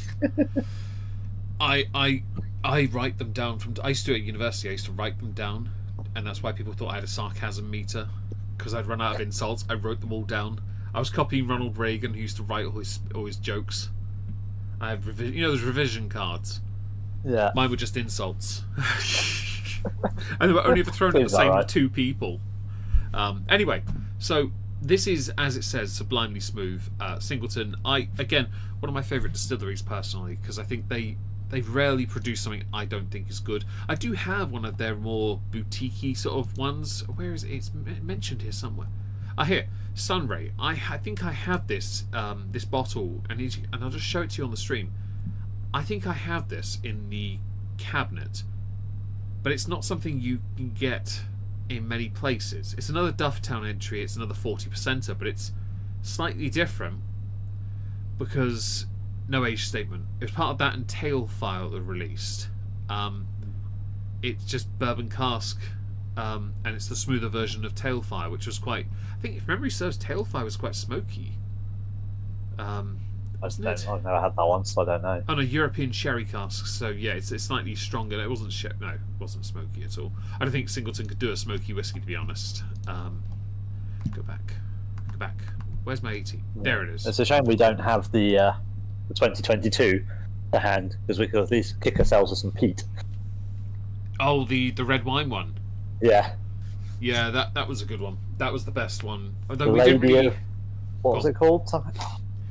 I could pull it up. I don't remember the name of it now. It's fine. 2022. Here it is. Glen Ord special release. It's doesn't have a name. It's Refill American Oak. It didn't have a name, did it? No. No, they only did the names in 2020. It's got the lady on the bottle. Well, it says luscious red berries kissed with spellbinding spice. It is 54.2%. Sorry, not 57.4. No, it's a red wine. Isn't this the red wine finish? Was that the? Yeah, it is. It's the red wine finish. Yeah, 8 years in wine season it's casks. The Elusive Expressions series. Yeah, that was it. Elusive Expressions. I remember now. 8 years in wine cask. Yeah. You're not going to give me my Singleton. All right, fine. Singleton 14. I don't want Blanton. I'm not against it. No, wrong one. You can still get. Oh, you can't get the Glendulin from 2023. Oh, we are having a different variety because you're getting Glenord, Glendulin, and Dufftown. Damn, you're getting everything today. Sorry about all the tabs. The Master Malt have still got the Glendulin, the 2023 one, but not as cheap as we got it for when we got it. Oh no, some places are selling it cheaper. Like over Christmas, Talisker on Amazon. I saw it and I told David. Right, the Diageo special release for 2023. Right, it's not the best one, but it was a £90 bottle. I then saw it on sale for half the price. I sent to David. He boshed immediately. I may have done, yes. I did. I definitely didn't have the money for it, but I definitely still acquired a Bosch. I didn't either. I already had a bottle and boshed again because I was like, well, yes, I'm going to buy. It's a full-size bottle for £45. That's as much as a standard 10. I'm having it. It's also cask strength, which means Nelly. I haven't changed my Amazon password yet again and tell you how much it actually was. Is tailed fire? I think it's 49. Tailed fire a relative of tailed feature? Well, it depends. Is tailed fire a spoonerism? Because tailed feature is failed teacher, so this would mean it was failed tire. A failed tire is actually more Formula One. We just call those the Maldonados. We call those failed tires a Maldonado. You're welcome. I'm going to have to get some Singleton on payday. You are Dinosaur. You absolutely are. If you can get Diageo's, yes, but they're a bit pricier. Catch them on sale, of course, go nuts. You can get. There's still some 20CLs of a couple of that lost. So the 2022 Amazon have a 20CL for £50, which is quite pricey to be fair, given the price of the full bowl. But there are some 20CLs about as a method if you wanted to do the special ones rather than paying full price. I would say at that point you may as well pay the full price for the full bottle. You know. Yeah. But yeah, you can get samples as well of some of these, just to be clear. And that's one of the things we love about Master and Malt. We love getting samples. Yeah. I asked them once how many Johnny Walker Black Label Lowland Origins they had in stock. They had 7. And then one day, because some dick put it in his basket, they had 6. Hi, David. So I ordered all of them because I couldn't get a full bottle of it. 6 of them, that is. Not 7 because it was in David's basket. But yeah, no, David is having this right now. This is really nice, by the way. It's a lovely, pleasant. I'm not really familiar with Pyrenean oak cask ends. I don't know what it's a wine cask, I think, isn't it? Or a region. But we know it's based on wine cask. We know it is. Pyrenean oak, Spanish. It's a Spanish oak. I'm just trying to see if it is a wine. Well, think about this year with the Diageos, they didn't go as ostentatious on the presentation. You may have noticed. I'll get to the end one here. Like, look at that silken gown. We'll get to this later, right?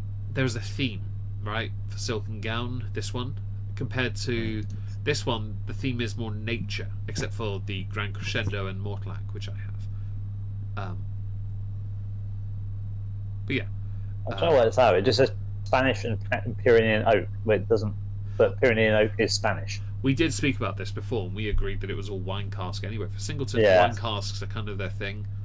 When they do Diageo's, Singleton nail the wine cask. This is true. They are generally wine cask, aren't they? And I know we didn't rate the Talisker for 2023 that high, but it was, isn't it? Port. It was tawny, ruby, and white port casks, wasn't it? It was all 3, and we're like, I mean, it's still good for £50. I'm buying it. I have. It's just not because you've got it on the screen, so I don't want to cut in, but I'm just going to draw your attention to the more alternatives box on the right-hand side of your screen. Honestly, the alternates to the Singleton of Glenord 14 are the Singleton 39, the Singleton 38, and the Singleton 40. And I turn 40 next year. I'm not saying I'm totally not saying I'd buy this next year, but for £2.5 to turn 40 years old, I'm not against this. Okay. It has no awards. It has a shitload of notes.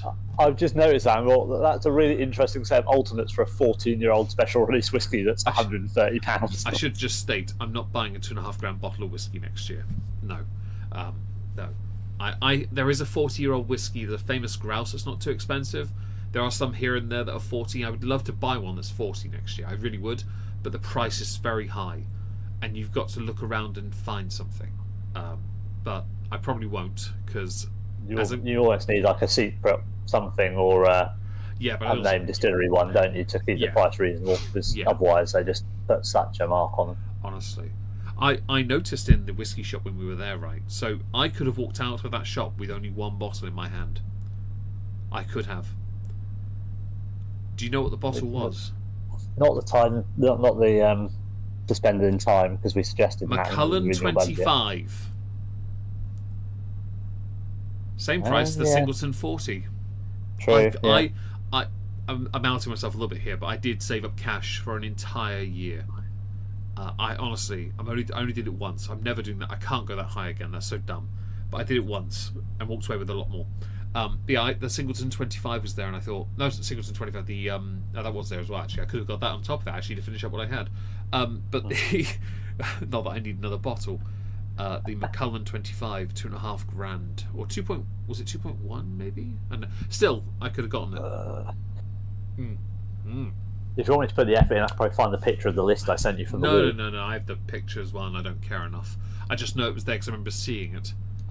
This is the thing that at some point we probably need to do a normal Macallan stream, but probably it's going to have to be samples, because we should probably try and work out why they are priced so much above their equivalents. It could be a case that in January next year I could get those, as a birthday whiskey, a January treat and a madness. You never know. I think we could put that on the list, maybe, but we'll wait. We'll see what we can do for the near future, though. But that's definitely a good idea. I agree, because I've got the nice unearths. I've got 3 of them now. Yeah. Apparently there's 4. I don't know what the 4th one is that I'm missing. No, I'm not sure, because I saw that and I looked and I couldn't see anything about a 4th one. Well, I'm lucky to have the one I have. Oh, sorry, a first one, because the Jerez is the 4th one. Apparently, yes. You've got 2, 3, and 4. I've got Scotland, Journey, and Jerez, yeah. And they're all very different. And I don't remember what the Jerez tastes like. I genuinely don't. Not because I was hammered, but because somebody, the guy in the shop, put a glass of Secret Orkney in my hand, and they're very different. And I was stood there were 2 samples after having spent quite a lot of money on more whiskey, because we agreed we're not going to the English whiskey thing. With more whiskey, I just don't remember. So I'm going to have to. Some of these I'm going to have to go through again at some point. There was literally a whiskey haze. Haze while I was sat in a chair in another building on the other side of the city. After having an emergency spoons. There was something else I was going to mention in the shop. Bugger. There was something else of important to mention with these, and I've forgotten. So a lot of the shops we've been into don't have these as much. The whiskey shop didn't. Last year in 2024, when we went in, they had some of the Diageos. This time, not so much. These weren't promoted as much. There's not as much going around for them. They're not as popular, it seems. But the thing that is more popular, last year was anyway, were the Fazilers. They were popular and they were hard to find. And I have a couple of the Bunnahabhain ones, because I love Bunnahabhain. They're a lot harder to find. These are not the same, which I find quite tricky. And Simon, I'm glad you enjoyed my Maldonado answer and Spoonerism answer. Yes, I think the only special release they had in there this year was the Lagavulin. I think that's the only one they had. Technically, I'm going to be pedantic, they actually had the Mortlach, Lagavulin and Ben Rins, because I bought them.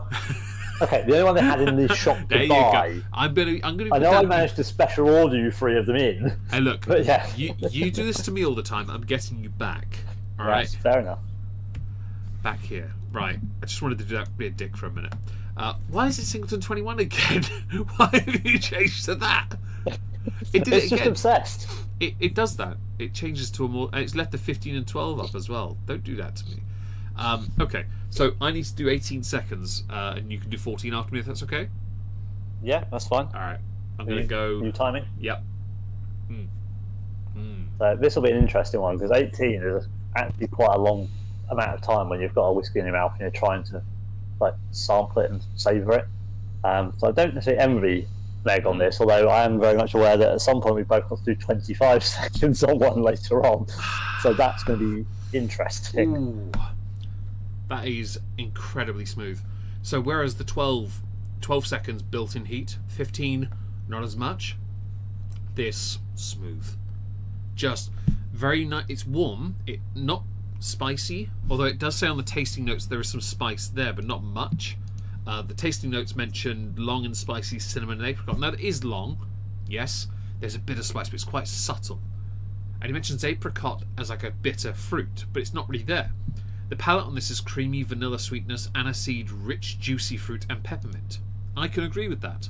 We do like ourselves some peppermint. We love ourselves, David does especially, and he has all of it in the world in his cabinet after 8 minutes. Yeah, I do at this point have all of the after eights. He does. He actually unlocked next level for after eights because he completed after eights. I quite like aniseed. I love licorice. Big fan. Vanilla, creamy, fruity. Yeah, it's really nice. It's a very lovely. It's a space side, and it's an affordable 18-year-old. That is true. It is a very good price for being an 18-year-old. It is. malt. Yeah. Is it single malt? Yeah. They're all single malt. Yeah. They're all single. So malt. yeah. So very, very good price for an 18-year-old single I'm malt. going to be a knob. Going to be a knob. Quality. On the screen now is the Singleton of Dufftown 18 tasting notes. Here, country Scotch whisky. It is not Scotch whisky because Scotch is a blend. All right. Also, country Scotch whisky. That is not a country. No. Don't try me with this. Not a country. Do not try me with this. I'm not being. I'm going to switch back. It's the 18 still good. Don't do me. It's the 21. Don't you dare! I'm going to tab out again. There we go. 18. Anyway, David is now going to do 14 seconds of the Singleton of Glenord. Give me the and I'll do it, and Okay. we'll see what he thinks with the cask finishes, and hopefully we'll know whether or not this is, whether it has that whelm or if it's lacking. Hurry up, get in your mouth. There we go. Right. So 14 seconds of a cask strength whiskey, which is much different. I know that usually they do these sort of things to reduce the prices or offer free gifts, and you're good to go. But I think with some whiskies like this, you don't need a free gift because it is just a nice. It's definitely a show-off whiskey. If it's only liquor-ish, what else is in it? Oh, I see what you did there, Simon. That's cute. I like the dad jokes. What do you think, David? That's good. It builds to a level of spice, but it doesn't get overpowering. Yeah. But it still feels very welcoming. Yeah. It doesn't burn. It's not too hot, but you can definitely taste that it's changed from being. It's not just all like sweetness. Right. It coats the mouth. It gets all the tongue. It's the first one that's got all the tongue. Giggity. And it goes down very nicely afterwards as well, with no burn. I'm glad. Very long finish. I don't have my sample of this because we had done a Diageo special release sample evening on Discord. So the only samples left were David's. Some are David's and some are mine, but mine have all been. I think I've only got the Ben Rins one left in my office here. I think it's actually in the corner of my. I can't get over there though because I've got a Wizzy Woo on my leg who's now fast asleep. My dog is asleep basically. First world problems. Indeed. I can't get my headliner special release because I have a dog. Not that it matters. I mean, I'd say headliner special release. You say it anyway. Not that it matters. I'm not drinking it this evening. Yeah. But yes, you are quite right. I can't reach my doggo, therefore suffering. Well, I've got a load of message alerts. Ignore those. Okay, so I'm going to have a little sip, and I'll have enough left to shoot at the end. Actually, I've got a meg sip left for if I'm shooting. I have a bit more than that because I do meg sips. For those who don't know, a meg sip is a white girl bitch sip, and Dave sip is a proper drink. Yeah. Oh. Yeah, it's because it's the weird thing. So you have a smaller sip, and if you pour a measure, you pour less than I do. I pour more of a measure, which we've worked out is roughly a double, and I have a bigger sip. And then your dad pours a quad. Yeah. I don't know how much he has of a sip, but he does get through his drinks quite quickly, so he obviously has a bigger sip again. Fam, he drinks. I mean, we can drink as much, if not more, but he drinks like a fish. If you're listening, Dad, I'm not wrong, and we're not slandering you. If I get a DM from you with defamation on it, or a message on WhatsApp, it's not defamation if it's factually correct. All right? Don't be that guy. Whereas my dad would have meg sips and have like about 1/5 of the amount of drink. Yeah, but your dad likes his port and wine, so it's different, really, isn't it? Because they're things he'll happily sink his teeth into. You know? He doesn't mind whiskey these days now. I've exposed it to him to some hang decent on. ones. But Much like my dad, and this is not a shot, it's just, again, factually accurate. Certain types of mostly Highland or Speyside whiskies. You know, maybe the odd Lowland, but not really much there, because there's not really many offers or anyway. every single non-peated Isla we can find. Oh, I remember what I was going to say earlier, by the way. When we were talking about Macallans, remember? Yeah. So, I'm going to go back slightly. I mentioned I could have bought the Macallan 25. Hello, Dad, indeed, yes. Right, we talked about the Jerez, because we'd had days of this, and we haven't said it on the stream here. Basically, when I went in on the 24th of January, there was a bottle of Macallan Jerez on the floor, held aside for a customer.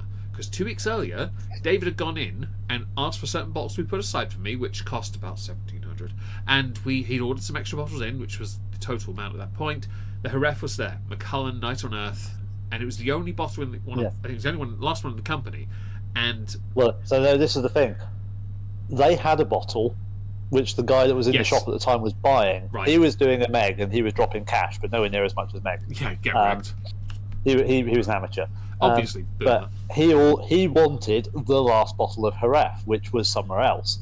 So they had to order it in. Yep. So when we got there, it was there along with all of Meg's ordering. It had also been there at that point then for over a week and a half. It had been there, and I said to him, "Look, can you? Has he paid or collected? No. Okay, I'll message him now for you. Sweet." He did. Came back that evening for a tasting evening, which was awesome. And we made a friend also called David, who featured the next day, and this is where the Macallan story ties in. The next day we went in, because I'd asked him during that tasting if the guy had got back to him, and he hadn't. Next day I went in, has the guy got back to you? No. Okay. If by the time I finished with these samples we're all going to have, there was only 4 planned, by the way, 15 later. 2 members of staff, by the way, there, and I finally found out where their toilets were. Not that I could find my way back out and walked into their kitchen getting lost. Meg got lost in the whiskey shop. I got lost upstairs, where there were so many samples. I thought I was in Mecca. So I had to, when we went to the asked to get back her ref after about 4 or 5 samples, and the guy said, "Look, I'm just going to sell it to you." I was like, "Good." Paid for it. David, not this one, the other one, who we made friends with, who we also had an emergency Weatherspoons with, he said, "Oh, Macallan's overrated. Do you want a glass of this?" "Oh yeah, I'll have a glass of that." He's like, "Free whiskey? Of course I'll say yes." But Macallan's overrated. It's overrated, but yeah, I'd love a measure. Yeah, and he enjoyed it as well. To be fair, that man could handle his drink. He was loving the fact that when I was doing, I do this thing with my fingers, because if I can't feel them, I know I need to stop. I couldn't feel them after about 8 or 9 glasses. I couldn't feel my fingers. I was like, oh no. 15, 16 later, I need food. I bought more whiskey as well, and one of them was like 60%. It's called a Spey I'm malt. impressed you could manage your cutlery, to be honest. Sorry? I'm impressed you could manage your cutlery, to be honest. Well, actually, I cheated. If memory serves, my burger arrived and everything on the bottom I didn't want, so I just lifted it up and had it in my hand. Instead, 2 patties and half a bun, because they didn't want all the relish. It was terrible. Yeah, to be fair, it didn't give us the option of customising and removing stuff like that kind of sucked. But I paid for food. I wanted to invite this guy along. He became friends with us and then sent us more pictures of him drinking later, which was hilarious. Yeah. And he had a great time. We'd love to drink with him again, of course. I'm going to send this, by the way. Okay, I will do the same. YOLO Swag Fam. YOLO Swag Fam. Ooh. Yes, that's strong. Oh, mine was lovely and smooth and fruity and delicious. Get the glass. Mine was neither of those things. I was not smooth or fruity. Some whiskies are made for shooting, some are not. Some are made for drinking, but you can shoot them. Some are made for drinking that cannot be shot.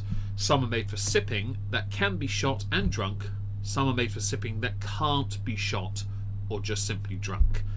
I just had one that was made for sort of drinking, sipping, but can be shot. David just had one that's for sipping, is not made for shooting. No, definitely not. Well, I mean, it shoots, but it's very, very. You really get the strength when you shoot it, and all you really get is the spice. Yeah. So Peppery. next on my list is this one. As you may notice, mine's a bit more empty, and I want to briefly talk about this because I think this is where we also separate, because you've got another. Yeah. So where the bottle here you see looks slightly wrong. This is the first Singleton that comes in a wooden box with a flap opening. I bought this in the whiskey shop. No, I bought it online. I was going to buy it in the whiskey shop, but they didn't have it in stock on the website in 2023 when I went to go and get it. 2024? Yeah, 2024. I was going to buy this last year. No, 24 was 25. In 2023, I bought this. Sorry, I'm getting the years confused. And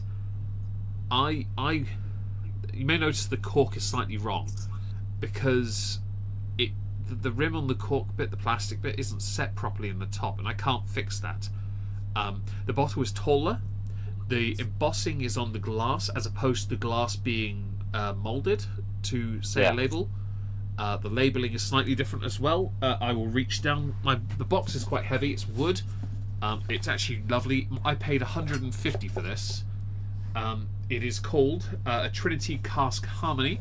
I think there are 2 that fall within the set of this, although it's argued technically actually it's more. The wooden box is beautiful. This is the one that I won a bottle of. It's in my bedroom. It's the very first thing I've ever won, and I'm never opening that bottle, so I'm quite happy to annihilate this one, but I think I will always replace it because I think it's great for a 21. It's also quite reasonable. It says on the back, this 21-year-old single malt Scotch whisky amplifies the Singleton's signature richness in a harmony of rich fruits and silky toffee notes forged by our Trinity Harmony philosophy. The 3 different cask styles have been united to create a single malt even greater than the sum of its parts. Maureen, oh no, it's an old name, and her team painstakingly hand-selected and then harmonised slow-crafted whiskies from Pedro Jimenez Oloroso seasoned casks and refill ex-bourbon casks. There's a comma missing after Pedro Jimenez and before Oloroso, which has been resting in our private reserves for over 2 decades, then masterfully married with the final liquid in Europe. Oh no, Pedro Jimenez Oloroso is 1 cask. Okay, in European oak casks. The richness of these whiskies was given greater depth as layers of flavour were enhanced by its 3rd expertly chosen cask. This delicately rich harmony is full of bramble fruits. The aroma sings with sweet sherry-soaked peaches, which contrast with sharp interludes of fresh ginger. Finally, notes of treacle toffee and blah blah blah, labour of love, blah blah blah. The box on this for a 21 is ostentatious. It's a proper show-off bottle, much like David's Glenmorangie Signet, or my Jura 21 as well, that I bought at the same time, actually. It's a delightful thing. It is not the standard percentage of 40. It sits a bit higher, actually, I believe. I believe it's at 40... Oh, I'll go and get the thingy-majiggy-doo-dah. 43%, so slightly stronger. It is... I think it's one of the best ones for a 21. Although, and I'll go here now and show you the tasting note page, it is a bit more expensive than when I paid it. I paid $150, it's up to $180 now. That sucks, but that is the tax issue we're now facing in this country. I don't like that. I can hear myself on the back, by the way. Sorry, I won't. Most importantly, though, with this whiskey, licked by Dave. Yes, it has been one of a... Hang on, was it this one or the one I won? Yes. Yeah, I figured as much. Philistine. Now, I'm having this, but David is not. Now, there's a reason for that. David doesn't have access to this, but David has a sample of something else that I've already had, and this is a ball egg, because it wasn't until today that I finally found what his sample is. Can you tell everyone what the sample says? So mine is from the Whiskey Shop's Digital Dram Singleton set. Yep. So I went on their website thinking, yeah, they'll have information. Ooh.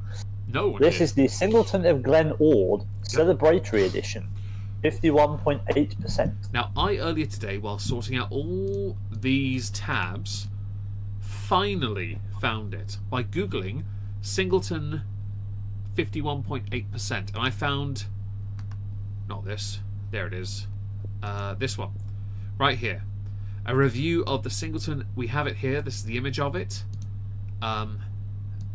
it was a pain in the backside to find. There was an auction that sold it for £80. Like, this is the bottle. It's a damn steal. I open it in a new thing.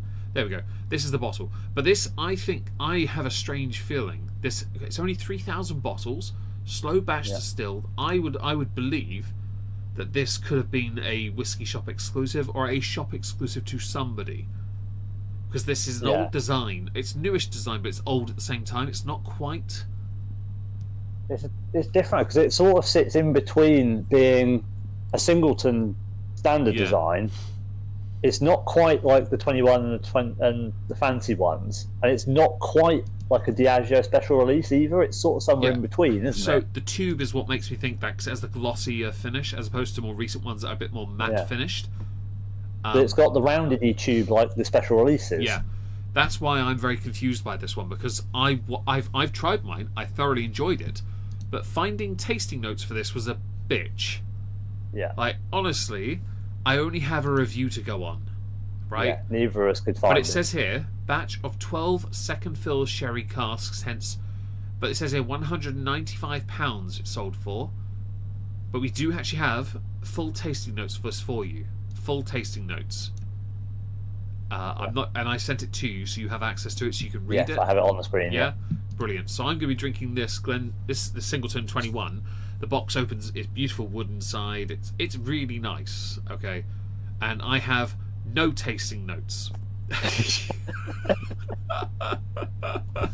I'm going to pop the cork now because my disappointment is too obvious. Oh. It is interesting that there are a couple of these that we're having tonight where there are no tasting notes, and it's slightly awkward. I just don't like pouring alcohol near my laptop. It's the only thing I don't like about this. I've got the laptops out on the coffee table. I've got the drinks on the floor, and I've got my drink on the arm of the sofa, so I've got a little bit of space. Because I've got I have to be in the office for the sake of heat preservation. Yeah. Although the candles are starting to go out now, so I only have about an hour before it will start to get cold. But because it's me and Wizzy Woo, I can't get the bloody box in. Get in the box. It's too tight. There we go. I got my foot in the box. There we go. Right. I want to stay monetised, so I'll refrain from the obvious jokes. Yeah. So interesting that this talks about this in relation to the 18-year-old, the Glen Ord 18. Yeah. Which obviously you've had a Dufftown rather than Glen Ord, but obviously they're comparing. The guy doing this review compares this to the 18, so it's obviously not quite. Although it's in the price point of the 21. Yeah. It's more comparative by the sound of things to the 18. You say that, but then the auction only sold it for 80 quid, didn't they? Well, yeah. So, I mean, it's worth that. It had 21 watchers and 8 bidders. Its currency estimate was 98.58 euros. That's about right.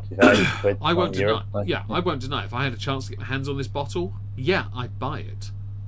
100% I would, and then I'd open it because that's what I do. If I can buy a bottle at £600 and open that, I'm going to open that as well. It's not. It is a collection piece, but in this instance, it's not a Diageo special release, so I don't quite. No.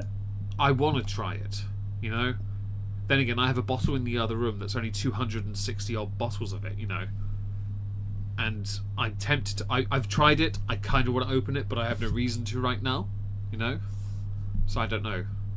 Maybe not. I don't know. Anyway, so Singleton 21 is Pedro Jimenez ex-bourbon oak casks, European oak casks. It's a Trinity Harmony series. I think 25 is the same. Although I could have sworn there were some tasting notes for the Singleton 21. I'll quickly Google it from a distance. Singleton 21 tasting notes. This is meant to be a bit more. Oh, malts.com have it apparently. Yep. Enter my birth year, 1776. Here we go. Deliciously rich harmony is full of bramble fruits on the body. The nose, so take a sniff, blow into the glass. The aroma sings with sweet. I'll put it on the screen so you can see it. I like malts.com, by the way. It's a good website. Why has it got Singleton 14 on the screen? Why have you done that? What is that about? I love that. It really doesn't want to comply, this stream, does it? No, it doesn't. I love the bottles spinning around, by the way, because you can see the flatness then with this image. That's actually really handy. Yeah. But it says on the nose, the aroma sings with sweet sherry-soaked peaches. Smells like Georgia. Which contrasts with sharp interludes of fresh ginger. So there is a sharpness. It's a lovely... I like ginger. We both do. Ginger nut biscuits are our favourites. One of our favourites. I'm not going to suggest dipping them into this. That's a David thing, not me. But yeah, the bottle was beautiful. Dipping. Now, it might not be, to be fair, I'm not putting a ginger nut biscuit that costs like 20p in a whiskey that costs £150. You might, I won't. Look, sometimes science demands sacrifice. Not from my collection, it bloody well doesn't. You've done it again, I don't trust you.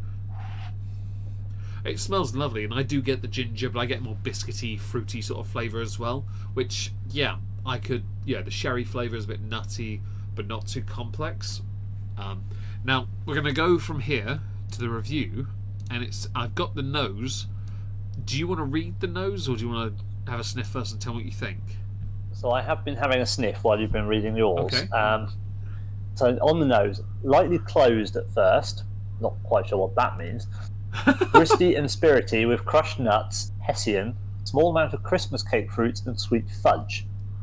Opens up after a while to show more sweet barley notes, and apparently with a drop of water you get more sweetness and pear drops. Well, I have not put water in, and I am getting pear drops. I don't do blasphemy.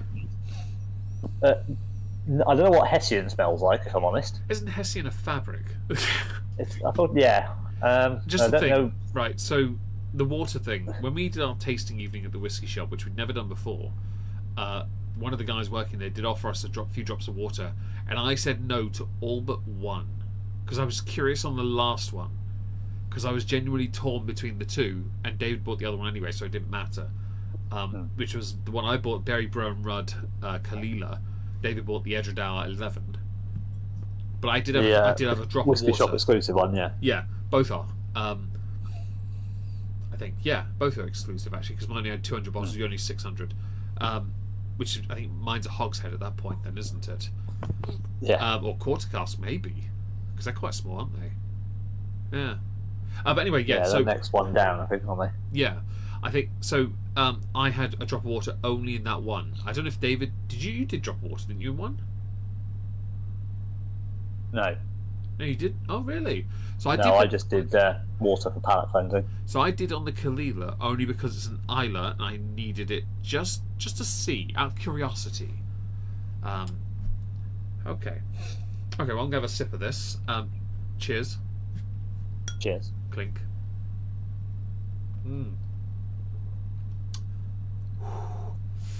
So mine says notes of treacle toffee, burnt orange become beautifully balanced on the palate.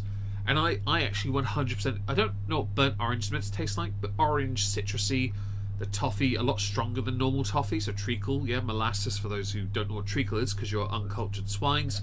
Yeah, I could agree with that. And I love the fact they got a moving image of the freaking bottle. I really do love that. Yeah, that's quite cool. It really is. It does illustrate what we're talking about, though. That flat back, curved front, the very thin bottle design. Yeah, it is quite unique, isn't it?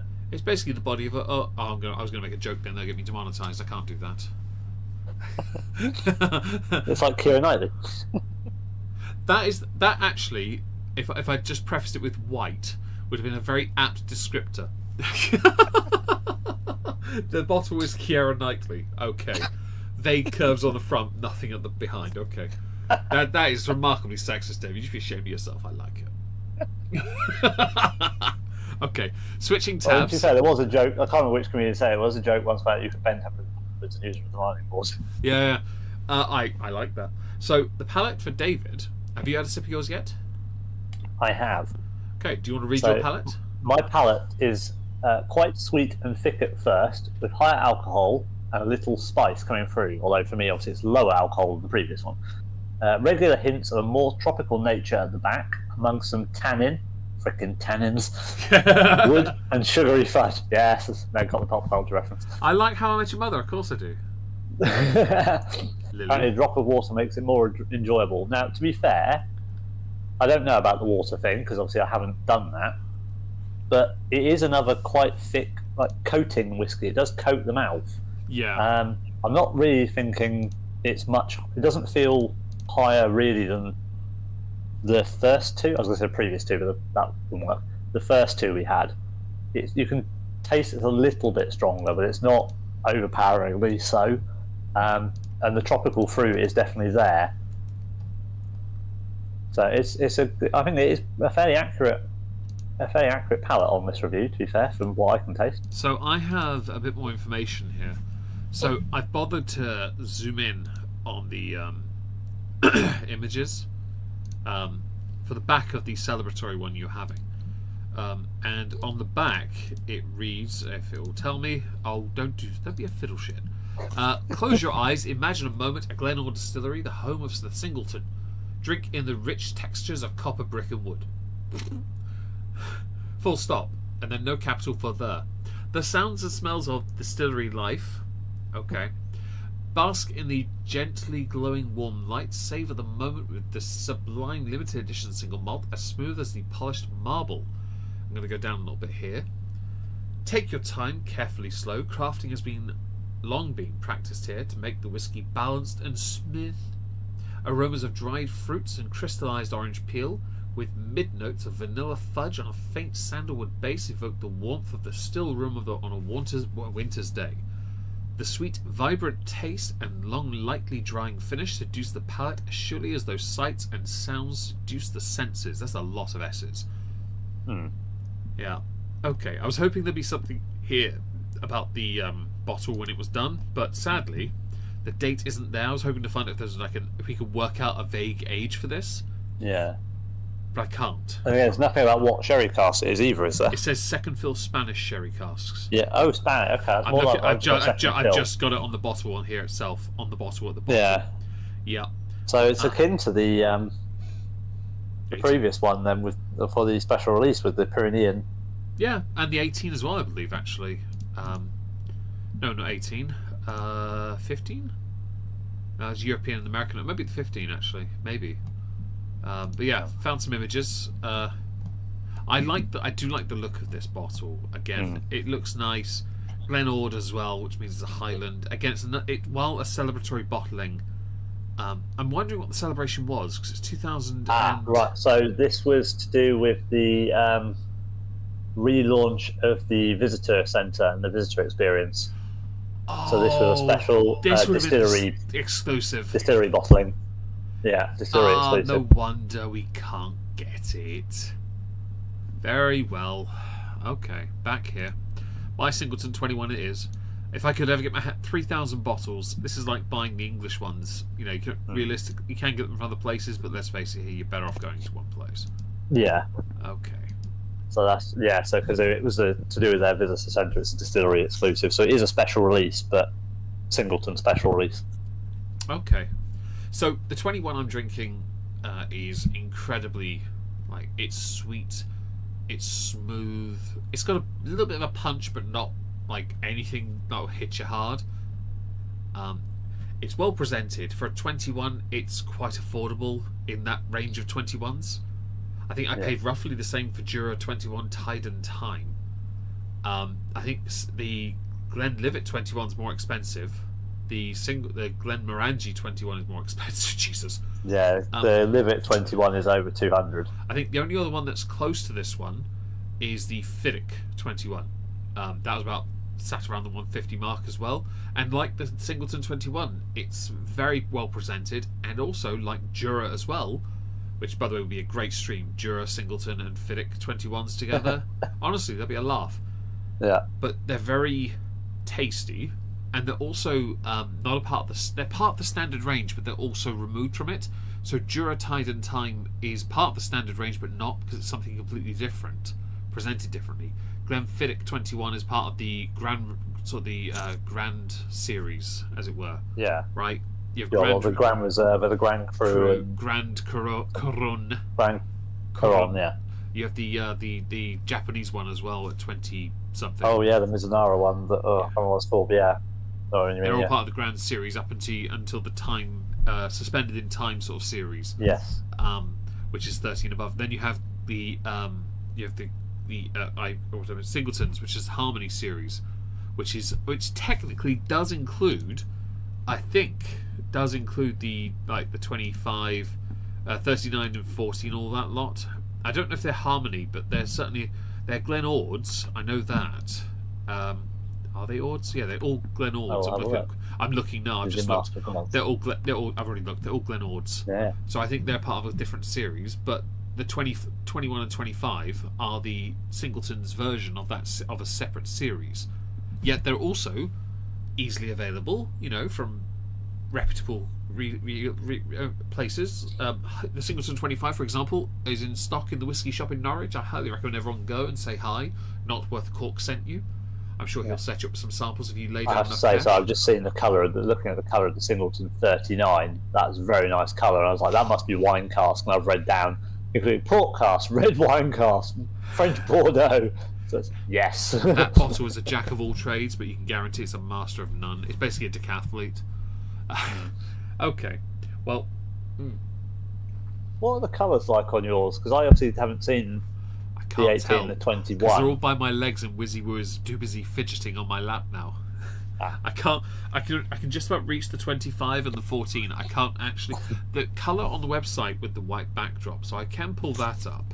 So if I go here and This Celebrity is very. It's the darkest of all the ones I've got. I think it's not quite pushing to a mahogany, but it's. The bottles are slightly blued, so there's a slight issue there. The lighting on the 15 is too vibrant. Whoever took the photo of the 15 is a little lighter than the 12 and the 18, so we don't have a fair assessment. They look very similar. Yours looks more toffee on the 14. The 21 looks, I'd say, a bit. You can't tell. They've done the photos so well, you can't tell. Yeah. And your celebratory bottle is just the darkest. In fact, it looks more like the celebratory is the darkest of all the sample bottle colours. There we go. Yeah, sorry. The actual whiskey colour. The 21 looks more like toffee. I'll zoom out. There we go. But that's the 20, the Glen Ord, and then you got the 21 here that looks quite nice and dark. The 21 I think does look darker based on the image, but the Glen Ord celebratory is quite dark as well. So I think that's probably a bit of a weird one. The 21, I think, and the celebratory, the green rather than being like the blue, the green, it makes them look a bit more. Oh, green, you're right, not blue bottles. I'm trying to think. I don't want to say professional, but if I say professional, you'll probably get where I'm going. Go on. The way they look a step above. Yeah, I know what you mean. They look like they've been done properly. Yeah.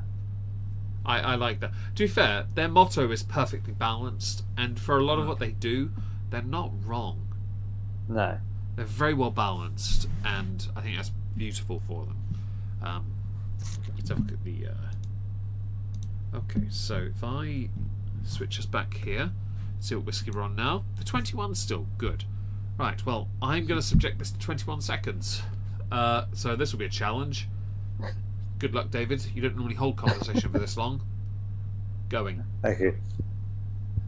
So mine, obviously, I have been enjoying the celebratory. I haven't talked about the finish. Well, neither of us have talked about the finish on this whiskey, so while Meg is sampling, mine is warming, crystallised gingery heat, giving way to barley malt and slight tannins. I would say true with the heat, but it is very smooth still when it goes down. It is quite a long finish. So it's actually very pleasant. It's definitely, I'm not quite sure, it's 180, 190 quid worth of finish, worth of whiskey, but it is a very nice one. I'd say if it was the £80 bottle, as it was when it on the auction site, yeah, that's definitely worth, that is a massive value. I think it was sold for like the same price as the Diageo, your Glen Ord, that celebratory, I'd buy it. Yeah. 120. The finish on this is very gingery, warms a lot, very smooth. So what was in the nose, the fresh ginger and the sharpness, is definitely more there, but it's definitely a very drying finish. It's not moist, it's very dry finish comparative to the others. But it's not a bad thing. Again, it's a we had this for a stream. We've done it. The 21 and the Jura, I think we did a January treat stream a couple of years ago. I think we did. Yes. And we did it with we did do last year's. That was last year's. Yeah, I think... No, 25 was last year. Year before. I think we did do... Because you're Dalmore... Cigar I thought it was last year with Portwood. Or was it the year before the cigar malt? Cigar malt. Cigar malt. Okay. Yeah, cigar malt. Oh, yes, it was, wasn't it? Time cigar malt. Yes, of course. Sorry, yes. Yeah, and I'm sure if Leona's here still, although probably not, if Leona is still here, please link that stream as well. We'd appreciate it. She is. She said you. You said the M word. She said you.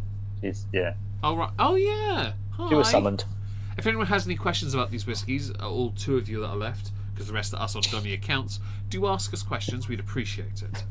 Yeah, I think even the MP's gone vanishing now. She's probably gone to play with Crispbo. But he has a girlfriend. Anyway, no age statement on yours, so no. Shall we move on to the penultimate whiskey? Or finish these. I get to skip out on the seconds test on this one. Should we do the send them first? We shall send. Oh, Slanty. Slanty. YOLO Swag Fam. You got that reference? Well done. Where else would I be? Dear. That seemed harsh. Oh dear. Is it good? That is absolutely right for the shop. Right. So I in my whiskey notebook. So last year I made it a point to try different whiskies on a Saturday, and I had this on a Saturday, and I really enjoyed it. And I remember when I sent it, I was like, "Fuck's sake, I can't find it anywhere. I don't know what this is." And it again wasn't until today. I eat it, everybody. Dan Ushuk, hi Bry, welcome back still. Okay. That is so good. Yeah. I don't like it. Well, I mean, I do like it, but I don't like it because the best way to drink that is to shoot it, and you don't want to do that with 200 whiskey. I mean, you say that, but now we're both on the same whiskey, and this one costs a bit more. Well, true, yeah. So have you done your agua? We'll find out how that went. Sorry? Have you done your agua? I'm just currently aguaing. Just bear with. Very good. The final. Which one is it? This button? That one. Which stream do we need? You linked it earlier, Leona. It was the Singleton blind taste test. No. The one you need to link is the January treats from 2023. So it'd be Singleton, Jura, and Dalmore cigar malt. Red. Dalmore. That was the Ben Rins as well, wasn't it? Yeah, Ben Rins. That's the one. Thank you. The final penultimate stream, so penultimate whiskey. We're back up both on. Oh, for God's sake, dog! Can you stop fidgeting on my lap? You're actually pushing. Yes, our train tracks have rejoined into one. There we go. You're literally pushing the cushion off my lap. There you go. Sorry, she was pushing the cushion off my lap, which would have made a gap, which would then make she'd be more of a flappy dog. This is the penultimate whiskey of the stream. It is one of the most expensive bottles in my collection. Not the most, but it is a January Madness from last year. Last year I had, in January, gone to the whiskey shop, and the year before I spent 400 in cash, and I said to them I'd double it. I did more than that. I said I'd double it, then did that again. Wait. You did not spend 400 last year. No, the year before. Oh, year before. I was going to say, geez, you did not spend 400 last year. Year before. I said I'd double it. I spent 1,600. But 1,200 of that was in cash. Because I'd saved up. You mocked my maths. I know, I didn't mock maths. I explicitly said the year before. I had said that, I promise. But I wanted to up the ante on the age statements as well. So this was my oldest whiskey at that point, of a 25-year-old, along with a bottle of 20-year-old Mortlach, an 18-year-old Dalmore, and a few other things. But those are the main ones, right? Me and Leona were sitting trying to work out what to get. Yeah, that's the one, Leona. Thank you. I was genuinely struggling to find, because they had some whiskies in stock that weren't there, and on the website it was a ball ache. He sent us away with samples that we still haven't had that are insanely strong. Well, okay, we did try one, but that was a mistake. It was too strong. But I wanted an age statement that I could genuinely be like, yo, but I got a 25. And now this year I've got a 30 now. But this is This one's a ball ache for a few reasons. It's a show-off bottle, but also because finding tasting notes for this is an absolute non-existent thing. Like, it just doesn't... Why are you still fidgeting, dog? Get some rest, eh? It's genuinely She hard. needs more fuss. She does. I do have the box. Again, another wooden Harmony Series box, beautifully presented. This is crafted from European oak casks, refill ex-bourbon casks, resting in private reserves for over a quarter of a century, then marrying the final liquid in American oak casks. So this is oak, oak, and oak.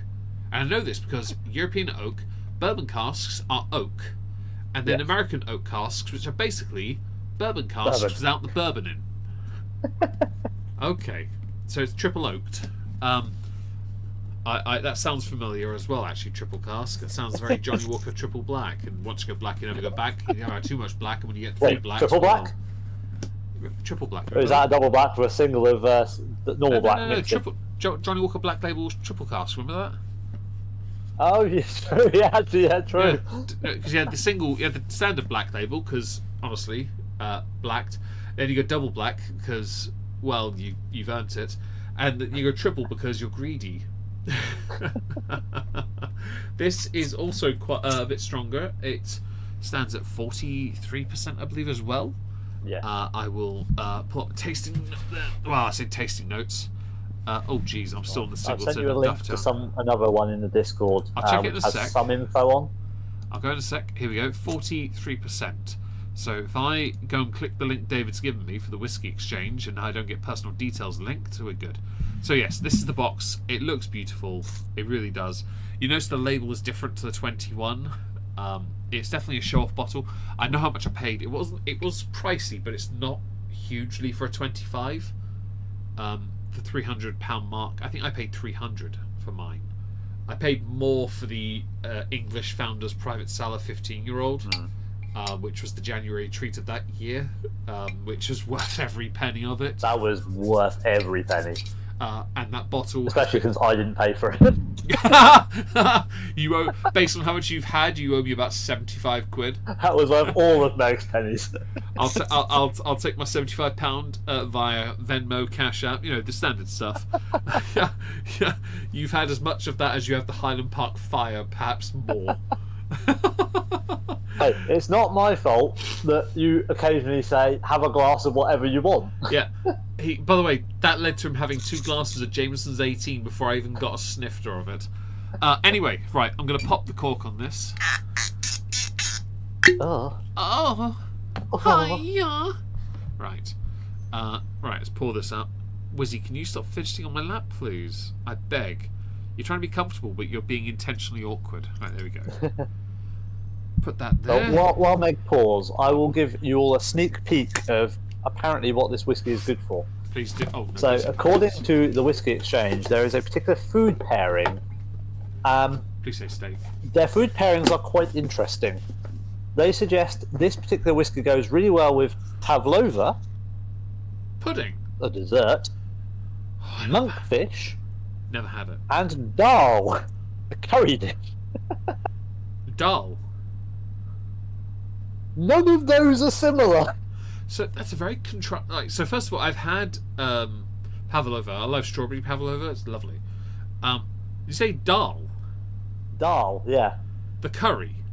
Yes. That is a massive contrast. I've never had monkfish, so I can't speak on that. But when you go from like pavlova, a pudding, to a main course, I mean, unless cream, basically, too. Unless the monkfish is a starter, and then you've got a 3-course meal, I don't quite understand. Like, how can something go with cream and turmeric, garam masala, paprika? So, according to Simon in the God chat, knows what else. It is generally a good rule of thumb not to drink whiskey that's younger than the people allowed to buy it. Well, it's fortuitous then today. We are having a glass of the Singleton 25. David has a sample. I have a bottle, because, obviously.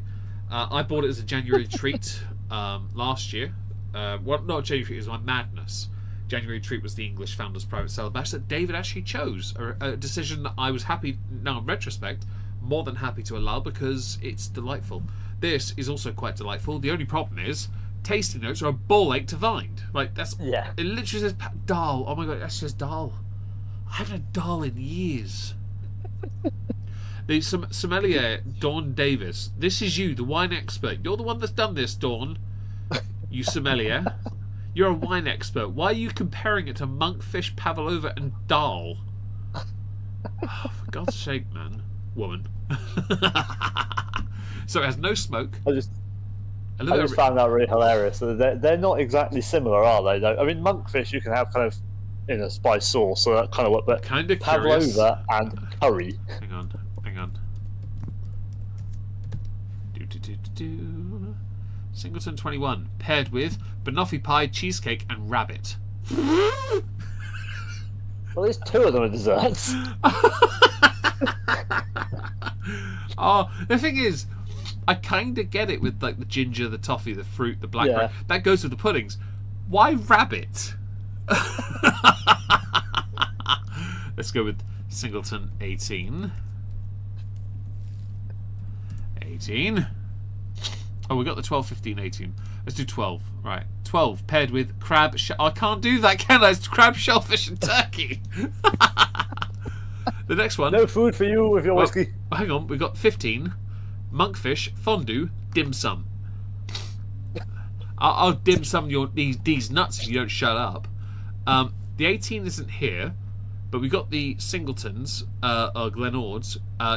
Neither the first one and the last one we get to soon. Actually, the last one has a pairing of crab, donuts, and ravioli. Okay, well, I can do two of those. Ravioli and donuts. Interesting. That's an interesting one because the ravioli looked like it came out of tin. Where's Singleton 18? Why no 18 pairing? Oh, this is amazing. I love this. Oh, that's too good. Oh, that's brilliant. So one day we'll have to do a whiskey and food stream where we find some whiskies where there's food pairings that we can make, and we actually make the food and have the whiskey, and we could do like a mini 3-course meal with a whiskey for each course that apparently matches, and see how it goes. It's not worth the Cork mukbang. Oh, that's brilliant. Anyway, the 25. Let's have a sniff at this, shall we? Thank you for the time check, the owner. We have this one and one more to go, so we're running okay for time. Yeah, we'll probably have to get through this one fairly quickly, but I don't want to. Hello, Wizzy Woo. You okay? Well, take the time on this one. We can always go through the last one a little bit faster. No. My dog is getting kisses for those who are curious. She's literally sat on my lap, and she's tired. Get some sleep, you silly bish, eh? You've got a cushion there. Okay. The irony now that she's fidgeting. Give it a few minutes till she has to go in, and she'll be a dead weight, dead to the world. Hopefully not for another half an hour. So we've got about half an hour, and then I can. Otherwise, I'll just sort of. Because she's gonna be a pain in the arse. Right. Smells delicious. It's very tropical. That's something very distinctive of the Singleton 25. Is that the smoothness is more pronounced. But okay, turning around, are you? Hang on. There you go, Plumpy.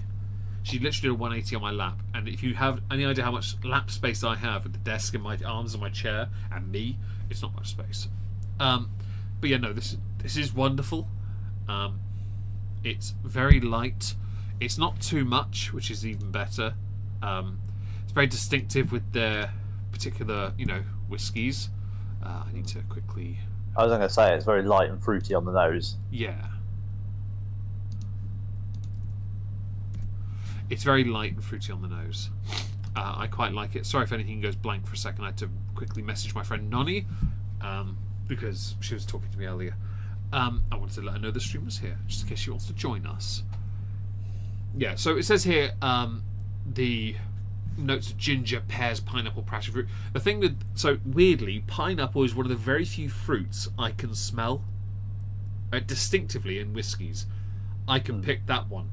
I don't know why, because I don't really eat pineapple, but I recognise the smell instantly, and I did it with Glenlivet. Remember those Spectras? Yeah.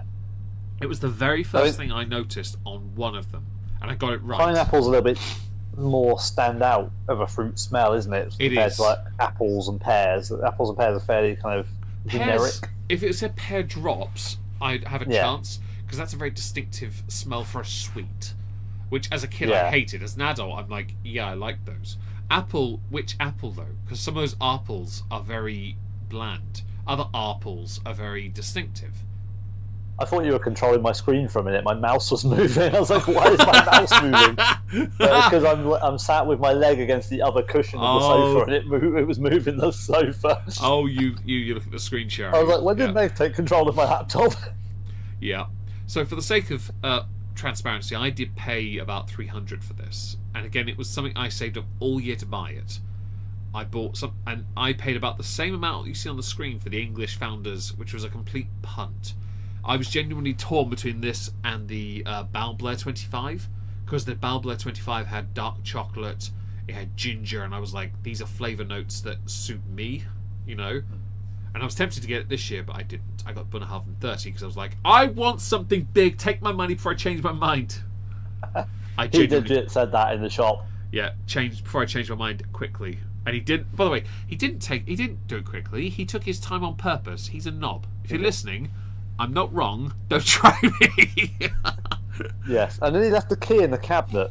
Almost tempting us for you to change your mind. Yeah, but we did take photos of Agent Earth in the cabinet. I think he was trusting us, which was a big mistake. I wanted to nick all those bottles. Yeah, Earth was in the high value. If I do get it right though in the summer, I'll be going back there and I'll get the Bunnahabhain 25 if it's still there. I think that's going to be the mid-year thing. If I can save up the money for that, I'll buy it. Bunnahabhain Good Times can be a great stream when we finally do that. I just need the 18. An expensive time. Bunnahabhain, Meg's wallet is empty. We're Bunnahabhain a good time, brackets, except for Meg, he's broke. Except for Meg's bank balance. Ooh, it's a delicious whiskey, that. It's very supple, very soft, very tropical. But it's got a richness to it, which I would agree with honey. Definitely very sort of like tropical. And not over, like, don't think, tropical means, dragon fruit. No, I'm not a pink sauce lady. Shut up. You've got to be a bit more sensible with this. The character. I have to say, this. Go on. This is the first one I've had that seems to miss the front of the tongue. Yeah, more of the flavour is more in the mouth, if that makes sense. Yeah, so it really does have a body on it, this one. A very sweet one, I might add. Like, it's quite pronounced, but it's not on the front where there's a lot more sharpness. And yet there is ginger, but it's not too much. It's definitely balanced, which I think is really handy. I actually saw something interesting the other day. Do you remember the Patterson videos of the guy with the Dalmore and he does the White Mackay sample? He's actually the master blender for Dalmore, which explains why he does that. He took a £290 bottle, swilled it around in a glass, and then put a £20 bottle in there. Of course he did it. He's the master blender for Dalmore. Mr. Patterson, I'd love to have you on this channel someday. I mean, we do like a Patterson though, because it harks back to our FIFA days. Patterson, yeah, absolutely. Not as good as that Stephen guy, whose last name I've forgotten. What was his name? Stephen Thompson. That's it. Oh, Thompson, yeah. Thompson, yes. We will talk about 57 rated Thompson that we brought on as a super sub. He was, by the way, and for those who are interested, FIFA 11, Stephen Thompson is his name. Played for, who was it? Crawley Town, wasn't it? Who? Were we Crawley Town on that one? No, it was the championship side. Oh. West Brom? Burnley? Burnley, that's it. Burnley. Peterborough? Yeah. Burnley. It was Burnley, yeah. Burnley. Stephen Thompson. I had a style of shooting with him called the bastard shot, where I would basically kick the ball really hard, but it would bounce on the grass awkwardly and go in every time. With Stephen Thompson only. After many glasses of Johnny Walker Black and a bottle later, we've already plateaued and be angry at the game saying it's bugs. We go to bed happy knowing we won the majority of our games against Bayern Munich. Somehow. Anyway, and Andy Carroll up front as well. Anyway. Or Zigic, yeah. That's a really nice... Oh, yeah, the career we did with Birmingham, Zigic and Zavon Hines. Zigic story. We did a... Who was the guy from Birmingham we used to try and steal? Doesn't matter. Let's carry on with this. What do you think of this whiskey at the moment compared to the others you've had so far? This one is definitely the most well-rounded. Yeah. I think you could probably tell this is older.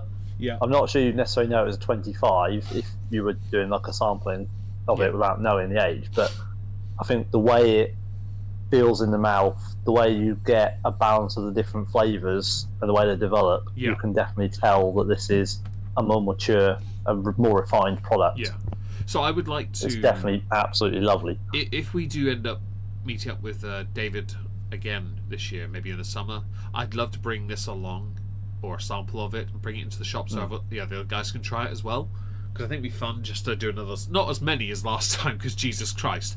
But to have a couple samples, bring a couple... Maybe I'll bring the Highland Park Fire as well, a sample of that, you know. Yeah, if you bring the fire, maybe the English. I'll bring the fire, don't you worry about that. I'll bring the fire in the wallet. I've got this. But I think it'd be great to, you know, have them try a few things, you know, from my collection. The 25 and the fire, maybe even the Founder's Private Cellar, because that would be a banger. That was it. They've still got a bottle in the shop, and I don't think they've ever tried it. I'm like, well, I could bring a sample. You guys have a little snifter of it, a few little sippy sip things. That'd be great. But this is another one of those. It was a big punt, but I knew the 21 was good. So to me, it was an educated guess that it would be better. I think the thing with this was it wasn't a punt, strictly speaking, because although yes to the age and the price, but we know that Singleton is good. We know that from earlier. I don't think we've had a bad Singleton. We know it's good here because the Spirit Awards for the 12, 15 and the 18 are consistent. The 18 is more consistent on the gold. This one's more consistent. 15 is for everything, and the 12 is just silvers mostly. Actually, silvers, few golds as well, but mostly silver gold actually. And for value for money, the 12, 15, 18 is a good series to have your teeth sunk. Not that one. Your teeth sunk into. The 25 is massively like it. That's the one you pull out when you want to show off, but you want to show off with people who drink whiskey. If you want to show off just to say you've got something to show off, you pull out a Glenfiddich. You want to pull out something you want to show off, you pull out some stupid... Or something that looks ostentatious, like an Optima or the Highland Park Fire and Ice sort of things. I'd say those are more for whiskey collectors as well. I'd say if you're going to show off with people who are more new to whiskey, you go with a Glenmorangie, or you go, if you don't want to show off with a not whiskey but colder whiskey, you go with a Jack Daniels like Sinatra, which I have. But but that's definitely a show-off bottle. That's why I bought it. It's the very first January treat.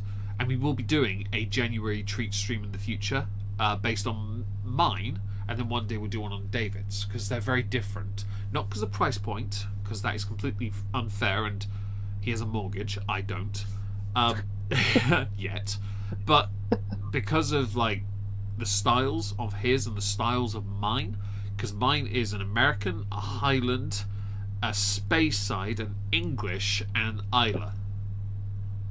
David's is a Dalmore, which is a Highland, and the next one was an Islay technically, but you don't have it open, so it may as well be designated something else. And then this year's was the what was the one you bought yourself this year? Your treat, was it the Edredale or was it something else? You bought something in the shop. What did I buy? We bought the Jura and the other one, but I don't know. It was the Jura 16, the Perspectives. Are you going to open that? Yeah, that one will go open. Because technically... In fact, I think we did, didn't we? No. His two treats from me are a 15, and a 16. Technically those, but there's also one other, but actually there's about 6 others, but one other. And I may have also got the Signet as well. Yeah, but the Signet's an absolute madness, that is.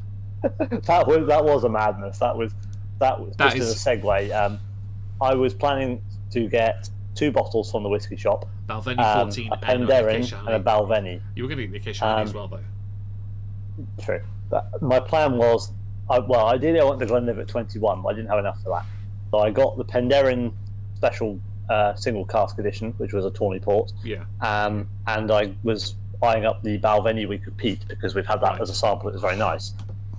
Then I got an email from Glenmorangie. Can I stop you for a second? Just 1 second. Would you object to continuing your story while I quickly go and do something else for a minute? No, that's fine. Okay. Off you go. So, because of all of the things Meg has received from Glenmorangie from signing up as a member, I did the same. And about 2 weeks later, I got an email saying, members can get 20% off Glenmorangie Signet because we're changing the bottle design. And I was like, I'm interested. I clicked on the link. I was like, I'm very interested.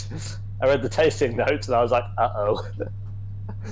I messaged Meg and I was like, do I do this or do I stick with my plan? And he was like, don't buy that, you're a pussy.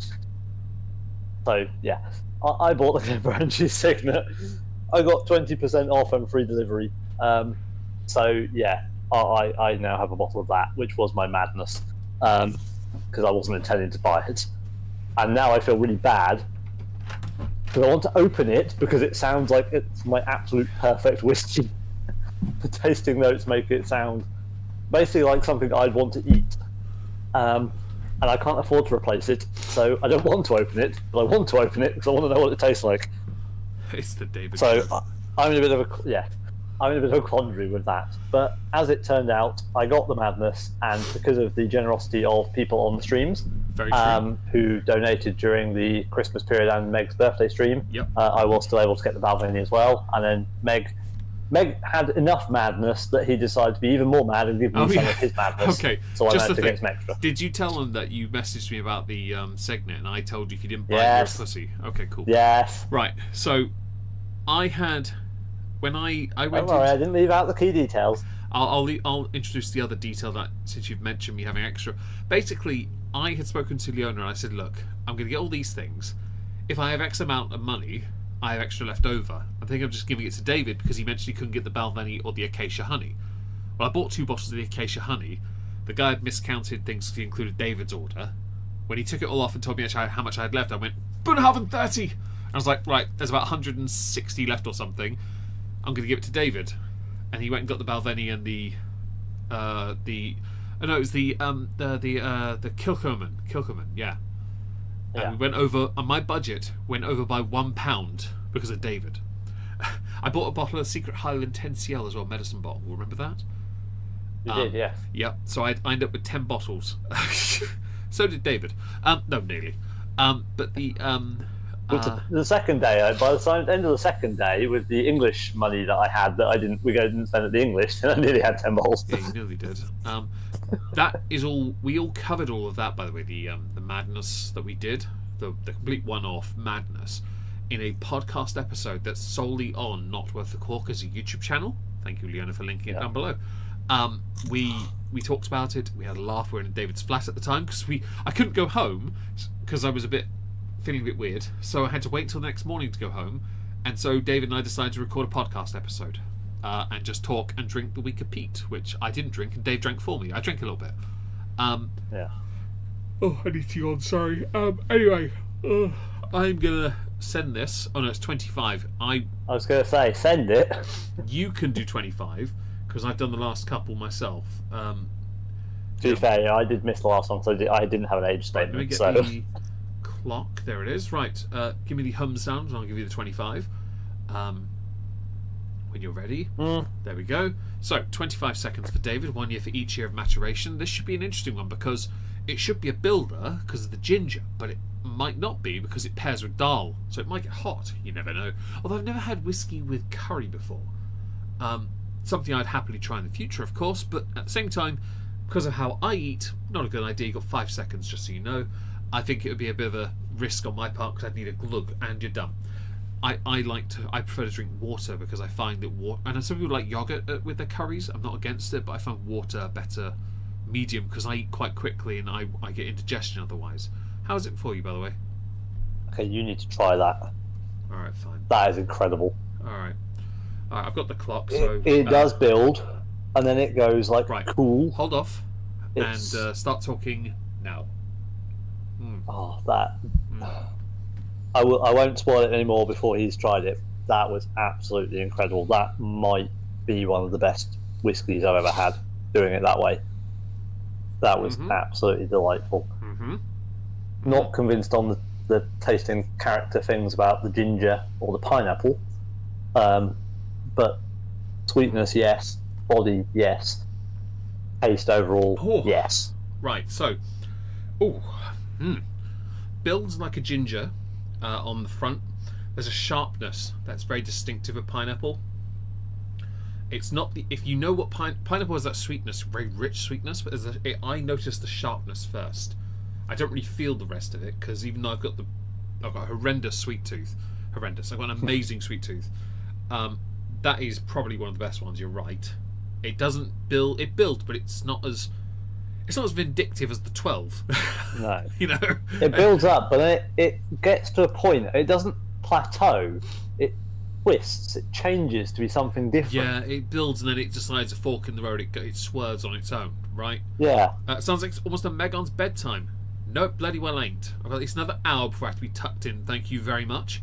But we are going to be sending this one soon because we have one more whiskey for you and we'd like to talk about, and this affords us an opportunity to both have a laugh because we get to tell some stories.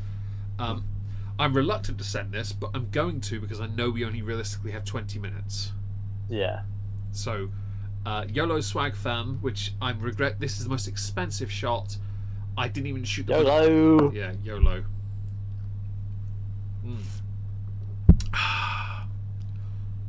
Doesn't shoot as well as the 21.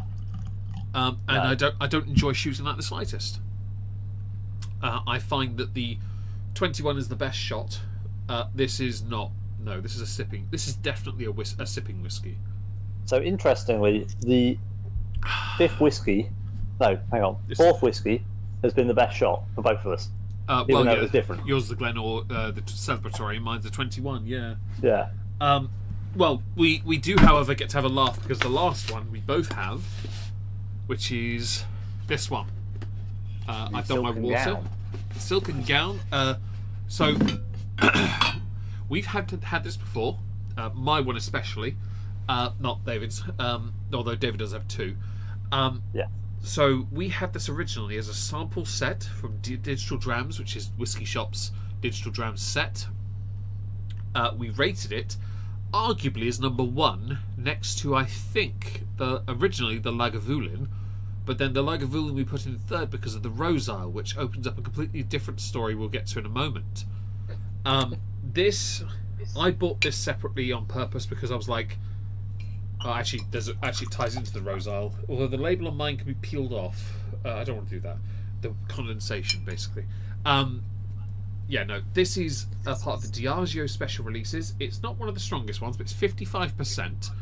It is a white wine cask finish. It's Chardonnay du Bourgogne, French oak, which after the red wine cask of the previous year, we both wanted to try to see if they nailed it. And we agreed this is definitely one of their best. It really is. Yeah. And it's why we rated it so highly. We both wanted our Talisker and Mortlax, because David has a Mortlax thing. He wanted it because of Mizunara, was it? Or yes, the Mizunara oak, which is the fancy, rare Japanese, really awkward oak that gives really good flavour. Oh, hard to work oak, that is. But this is an absolute banger. I got mine on sale. No, I didn't. No, I got something else on sale. No. I got this as I rage quit a website that I was actually quite fond of called Bottle Club. Now, the reason why is because David and I, after trying the Rosile and rating it first, which is a complete punt, and we loved it, both have a 20cl bottle of it, in fact. Mine is not open. Dave has one that's not open, and he has one that's open that's not really full. He has a full bottle now, though. Lucky git. Only because of me, though, he has that. Hardest one to get, because Rosile was announced last year. Well, the year before. And it was so hard to get. And when we tried my 20cl bottle during a Discord VC, David wanted more. So for Christmas, didn't we both have a 20cl? And we opened yours, and I told you I would give you mine if we opened yours. Yeah, and at Christmas, I spoke to my sisters and told them to get David bottles of the 20cl. So they did. And he niced me later on, which we'll get to in a minute. And so over the course of about 3 to 4 months, I kept stumbling across Rosile 12, and it kept being out of stock. And then one day on Bottle Club, they said it was in stock. I told David, he bought it. I bought it. I got a message saying it wasn't in stock. Is there anything I'd want? And I got really angry about it. And they end up... I no longer use Bottle Club. I don't recommend anyone use Bottle Club because they're dog shit. Because they didn't have what they said they had. I will not tolerate liars. But the Singleton 14 was the same price. And I decided I'm opening this. So after a funeral, we had a glass with Dad. We had a few glasses, actually. And it was great. David, though... do you want to tell them what you said when they didn't have it in stock, David? Well, I wasn't told initially they didn't have it in stock. I got a different email from them. I got the dispatch one as well. So, you did it, yeah. So both of us got an email saying it had been dispatched. Yep. You then got an email saying it was out of stock. Yep. I then got a shipping reference. Yeah, I did. Mine had been dispatched, and I had a shipping reference. Yep. Then I got the email to say it was out of stock. Yep. I was mad. He told them, "I'll take what I ordered, please." Yeah, they asked if I'd like a refund or something else. I said, "Well, no, as you've already dispatched it, I'll have what I've ordered." And they said, "We can't give it to you. We don't have it." And I was like, "But you've sent it to me, so I'll have it when it arrives." Yeah. And like, "Yeah, but it won't because we don't have it." And I was like, "So I've paid for it and you've sent it." So the thing is, I argued with them as well, and they said to me that that's our automated system. I'm like, well, then you need to fix your automated system because you've done me a disservice. And I even outright said to them, I will never use you again. And I don't. I was very annoyed because I found that I bought Octomore off them. Yeah. And that's how we But got the extra bottle. in the end, I had a refund and I haven't used them since either. Then one day, I stumbled across Rosal 12 on a boutique-y weird website, and I was like, I found it. It's in stock. David, here it is. He bought it. He got the dispatch. It arrived. He sent a picture to prove it arrived, and I was like, you owe me. He turns up with a medicine bottle with 10 cl of Rosal 12 for me as a thank you, and I'm like, there we go. That's how you pay your friends. I think that might have been spanked. I don't remember. But eventually David did get the Rosal 12 because he wanted it. But the Singleton 14 he wanted for his collection because we loved it so much, which is why he now definitely has a collection. Because he had the version before this, the unnamed one, which had a name but not red wine. The white wine he wasn't sure about. He bought it because of the samples, and then he got another bottle because wasn't it on sale or something? Yeah, I got it on sale. On there, the Master of... Actually, no, it was either a Master or a Whisky Shop flash sale. Whisky Shop. It was about 40 odd quid off. Yeah, it was Whisky Shop. I remember now. Because I remember you telling me. Yeah, it was Whisky Wednesday, wasn't it? Yeah, it was. Because I remember you getting it, and I was like, I was so annoyed because I didn't have the money. So I was like, I saw it, and it was like 40 odd quid off. It was like 80 something pounds. Yeah, I was like, I remember yes. Because I remember you telling me, and you were telling me I should, and I was so annoyed. Yeah. Although, to be fair, I did get back because I got the Talisker. I mean, I told you about that as well, and you got that. Yeah. Most of the 2023 edition... Actually, David has half of the Diageo special releases for 2023, and I have been telling him he should try and get his hands on the rest of them, just to complete the set. The Oban, the Glenellish, the Lagavulin, and the Glenkinchie. Now, 3 of those are easier to get. The hardest one was Rosal. Glenkinchie is the most expensive, but the Oban's... Glenkinchie is the most expensive, but it is actually available. It's also their oldest one. I've seen a few adverts for it. It's also the oldest Diageo special release they've ever made at 27. And I think that's great. I've got the 21 Ben Rins, which I don't regret. I'd rather have the 2023 set, but only because it looks better. But I'm not going to regret having the 2024 set because I said to you last year I want a complete set. Anyway, back to this though. The silken gown. We've got to do this. I'm going to get that little topper off. I'm going to pop the cork. So we did a nice Instagram post of this, didn't we? Because your sister had a really fancy dress on a mannequin. So we did a photo of the silken gown in a silken gown. Right, there's my dram poured. Hope you heard the cork sound, guys. Do let me know if you have any questions. You ever wonder if rich people use goldware instead of silverware? I often wonder if they pay their taxes. Although we should, of course, insert taxation as theft. Right. I'm not an ANCAP, I just like saying it because it's funny. Right, put that down. I have to put all that back tomorrow while working on a video. Marvellous. This will be, for those who are interested, be up on Not Worth a Cork. Hopefully tomorrow I'll run it through Handbrake. I need to go to the gym and I'm working on a big video, but otherwise we should be good. This is a white wine cask finish. White wine. I don't do wine generally, because I don't like wine. I do like port. I will admit. You're welcome. Thank you. Your dad is delicious, yes, I'm quite fond of the port finishes. No, I don't want a collection of port, but I do like port. I even like the one that Dad said wasn't really worth it because it's not bad. It's just a bit. It's just not as good as ones you can buy for like a third the price in Tesco. Yeah, agreed. Couldn't agree more. But it's not a bad drink on its own. But... No, I thoroughly enjoyed it. I would have enjoyed it with cheese more, but you ate all of that. So this is a white wine finish, which means it should be more crisp and apple based. You wouldn't know I was the skinny one, would you? Based on the... No one has appearance. It's not like, hang on, no one has appearance either, but you eat better than I do. like you eat way more than I do. I'm just built differently to you. That's all. Yeah. This is 55% ABV. Have I pulled the scene up? Yes, I have. It is Glendullan, which means we've had Dufftown, and Dave's had Glenord, and I've had Glendullan. We both have. It's a 14-year-old oak matured Speyside whiskey, as opposed to Glenord, that's a Highland. I love that, by the way. I love that we got the distinction of difference for a distillery that has three distilleries. Yeah. Hush, Plumpy. I hear that, you old lady. You're 13 years old this year. You don't need to make all those noises. She's nearly as old as the whiskey. Honestly, she is. And she probably tastes nowhere near as good. What cask was she matured in? She was matured in the whining one. Yes, she makes a lot of noise.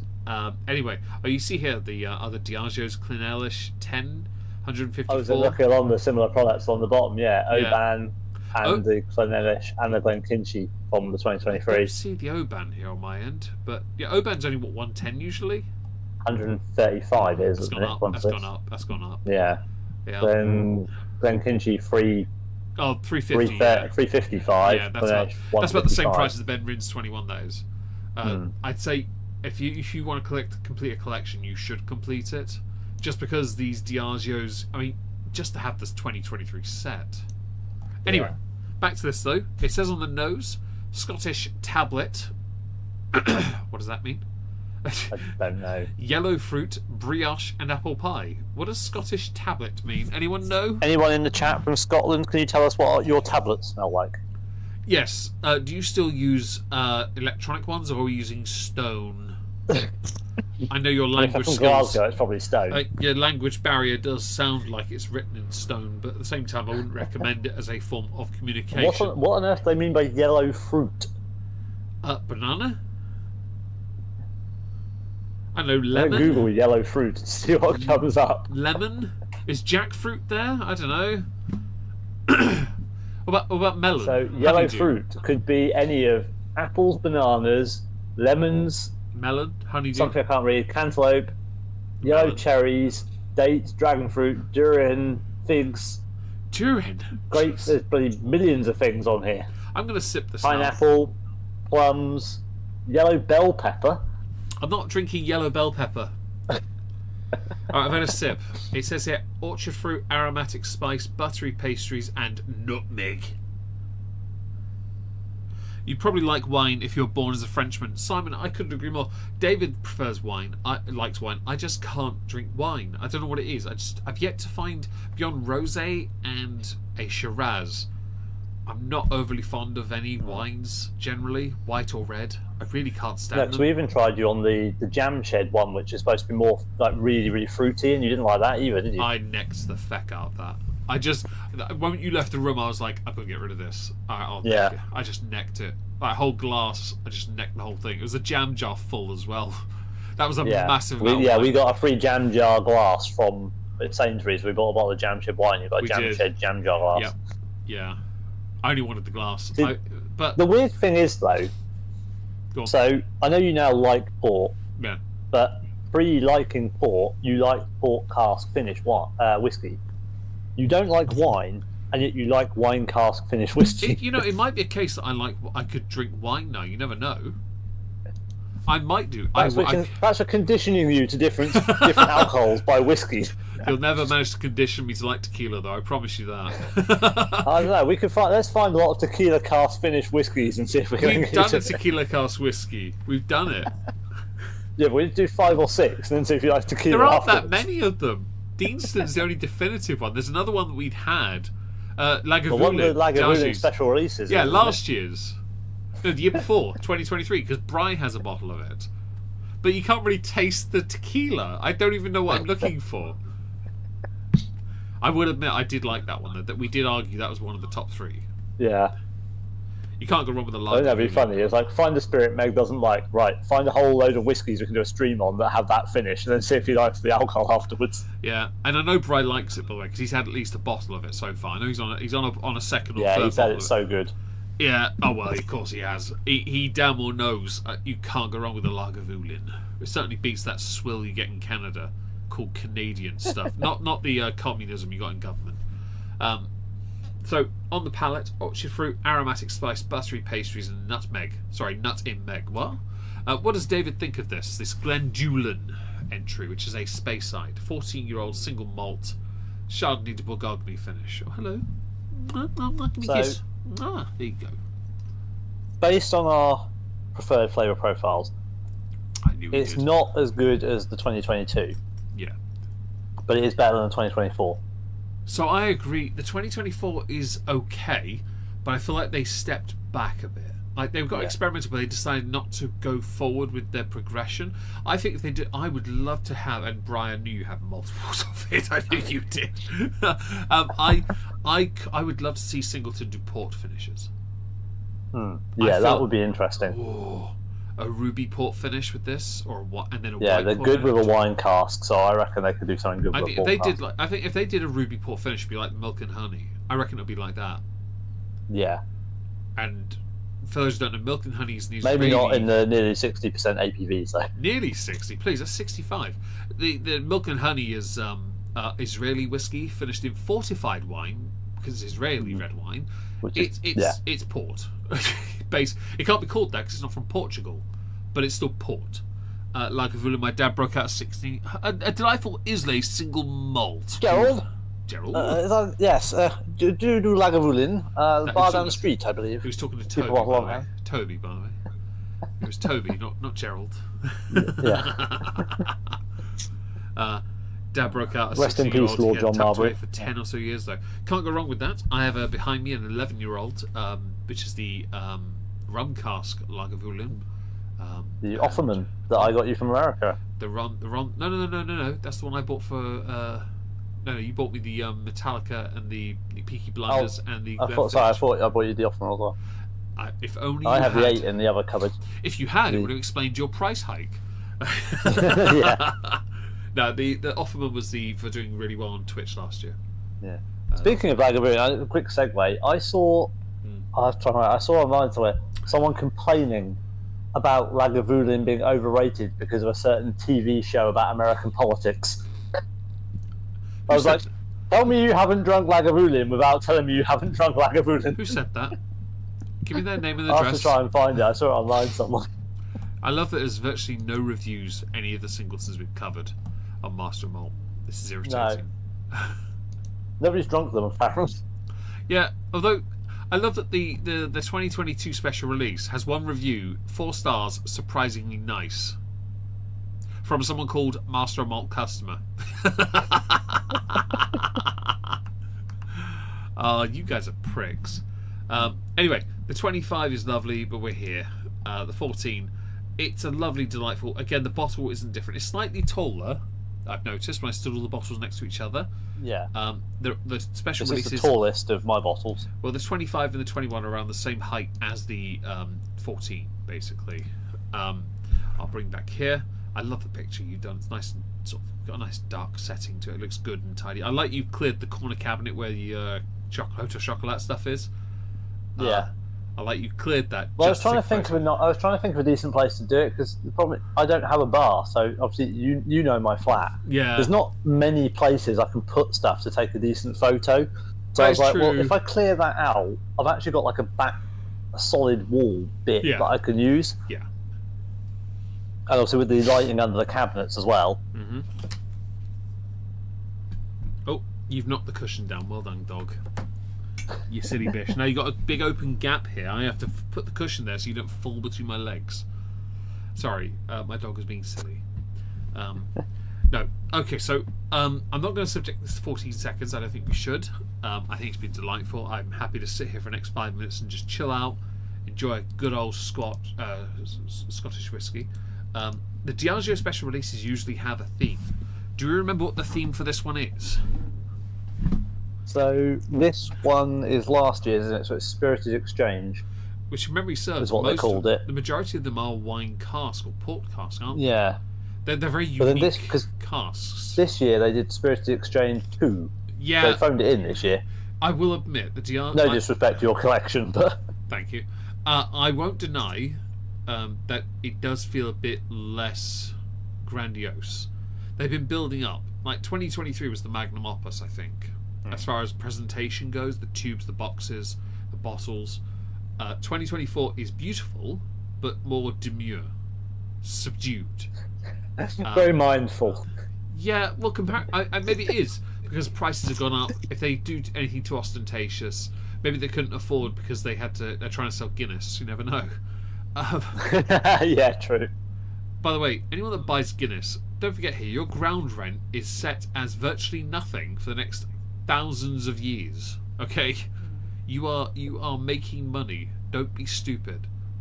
I think that the 2023 set that you've got some of, I've got a couple of, is a lovely set. Because don't forget, we've got extras of the Singleton, we've got extras of the Talisker. While not the best one, the Talisker, it's still for the price a banger. And the same could apply. This one's one of the better ones, and it's absolutely delightful. It really is. And it's not a drinker, it's definitely a sipper. It's cask strength at 55. It's not the strongest. Actually, the Talisker every year is the strongest.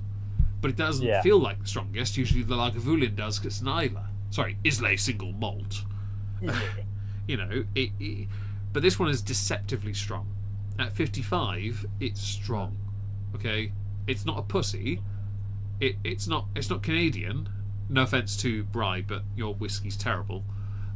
It's not American whiskey either, which is not whiskey. It's an absolute joke. It's definitely, this is the connoisseur's choice, as it were, which is a completely different whiskey entirely, but I'm going to use that term because it feels right, as opposed to the Kalili you have and the Tamnavulin I have. Yeah. I need 4 of them. I just looked, I need 4. 4? I need the Kinchi, the Lagavulin, the Oban. That's what I said earlier. Oh yeah, I forgot the Lagavulin.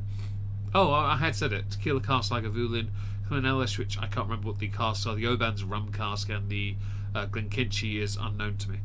But you have the Oban is the incomplete product. Yes, I do want David to complete. Thanks for being here, Shirk. I hope you have a nice evening.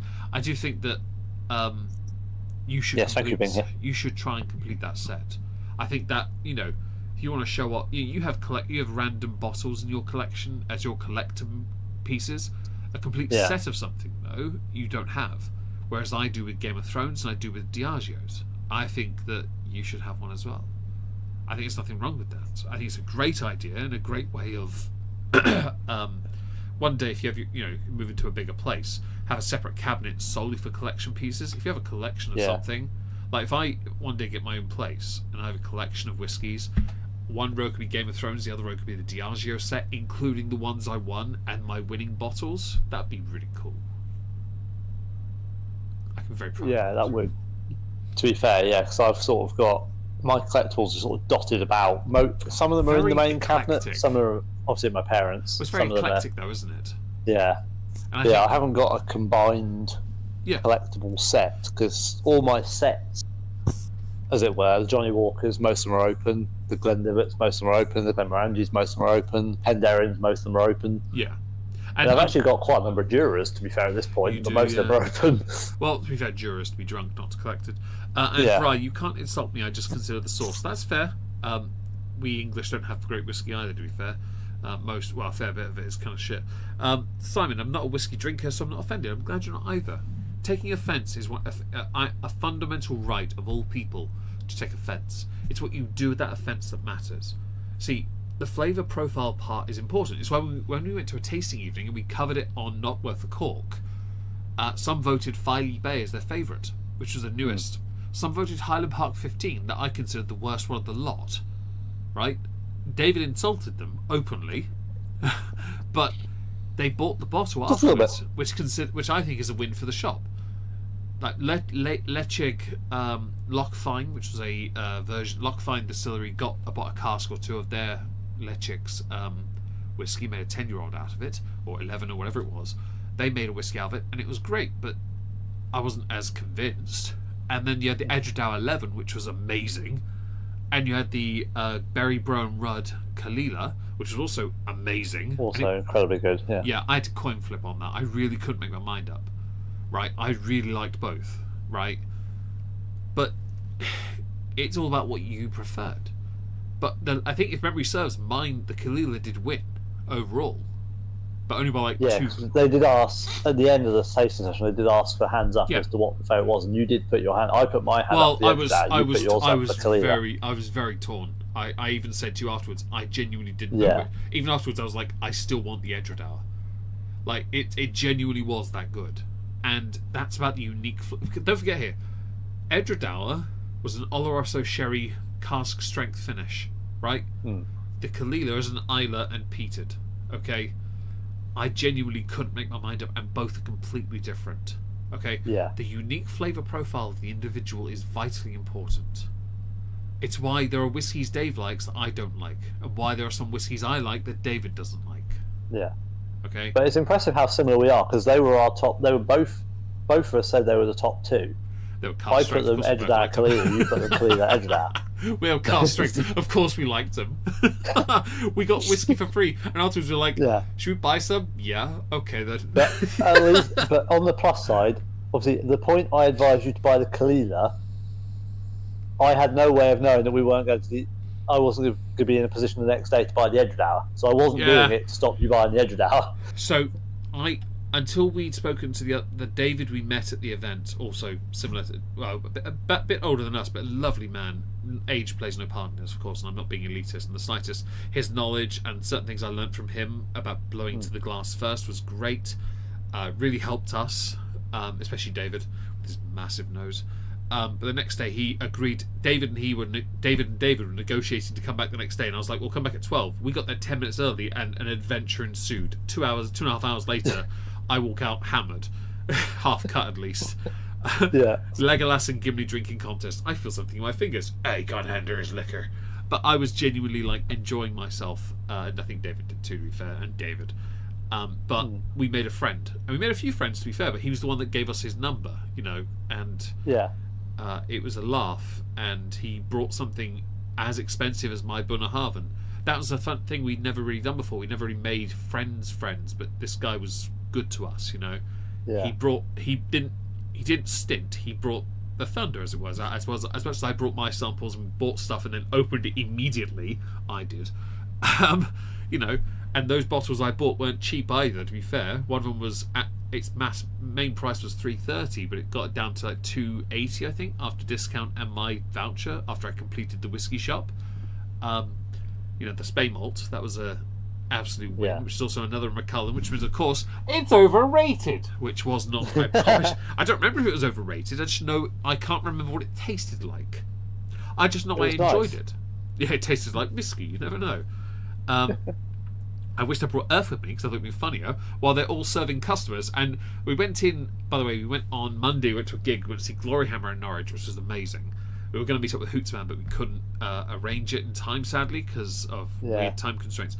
But before that, we were there, roughly there, but he got called in to do something. He had to do some band stuff. We couldn't quite make it work. But yeah, we had a great time. But before that, we went to the whiskey shop again because he had to get something for his dad. And I went in, and because I'd raised some money on streaming, I gave some to David, and I bought myself a bottle of a whiskey shop exclusive Ben Riach port cask. Was it? Yeah, single cask port cask, which was amazing. And I got to try another whiskey then as well. And I'm just sort of thinking to myself, you guys had to work the rest of your day after having as many, if not more, samples than I did, and I had to use your restroom twice. I never have to use anyone's restroom, and I couldn't find the restroom the second time. I don't know how I got in there. That's how I know I was done, because I don't remember getting in there. Just thought I'd share that detail. Anyway, should we finish, by the way? So yeah, if you're in the whiskey shop, if you work at the whiskey shop in Norwich, and you find a random sample you weren't aware what it was, and it's not labelled, don't look at it. Don't try it. Oh no! It's the idea that Meg's just decided he could only do 10 CLs and decided to label it the Meg Surprise. What, ABV? The ABV says yes %. What does that mean? That's a nasty thing to say. You're not wrong though. So yeah, we had a good time, and yes, I think we should. If next time you do come up, I feel like we should try and do something along those lines again. But yes, more restrained. We'll have we'll less samples. We'll see how the that event that's been worked out goes within the WhatsApp group. Okay, well, I'm going to send my drink because I need to finish. I have a very small amount left, so I do not, but all right. YOLO swag fam.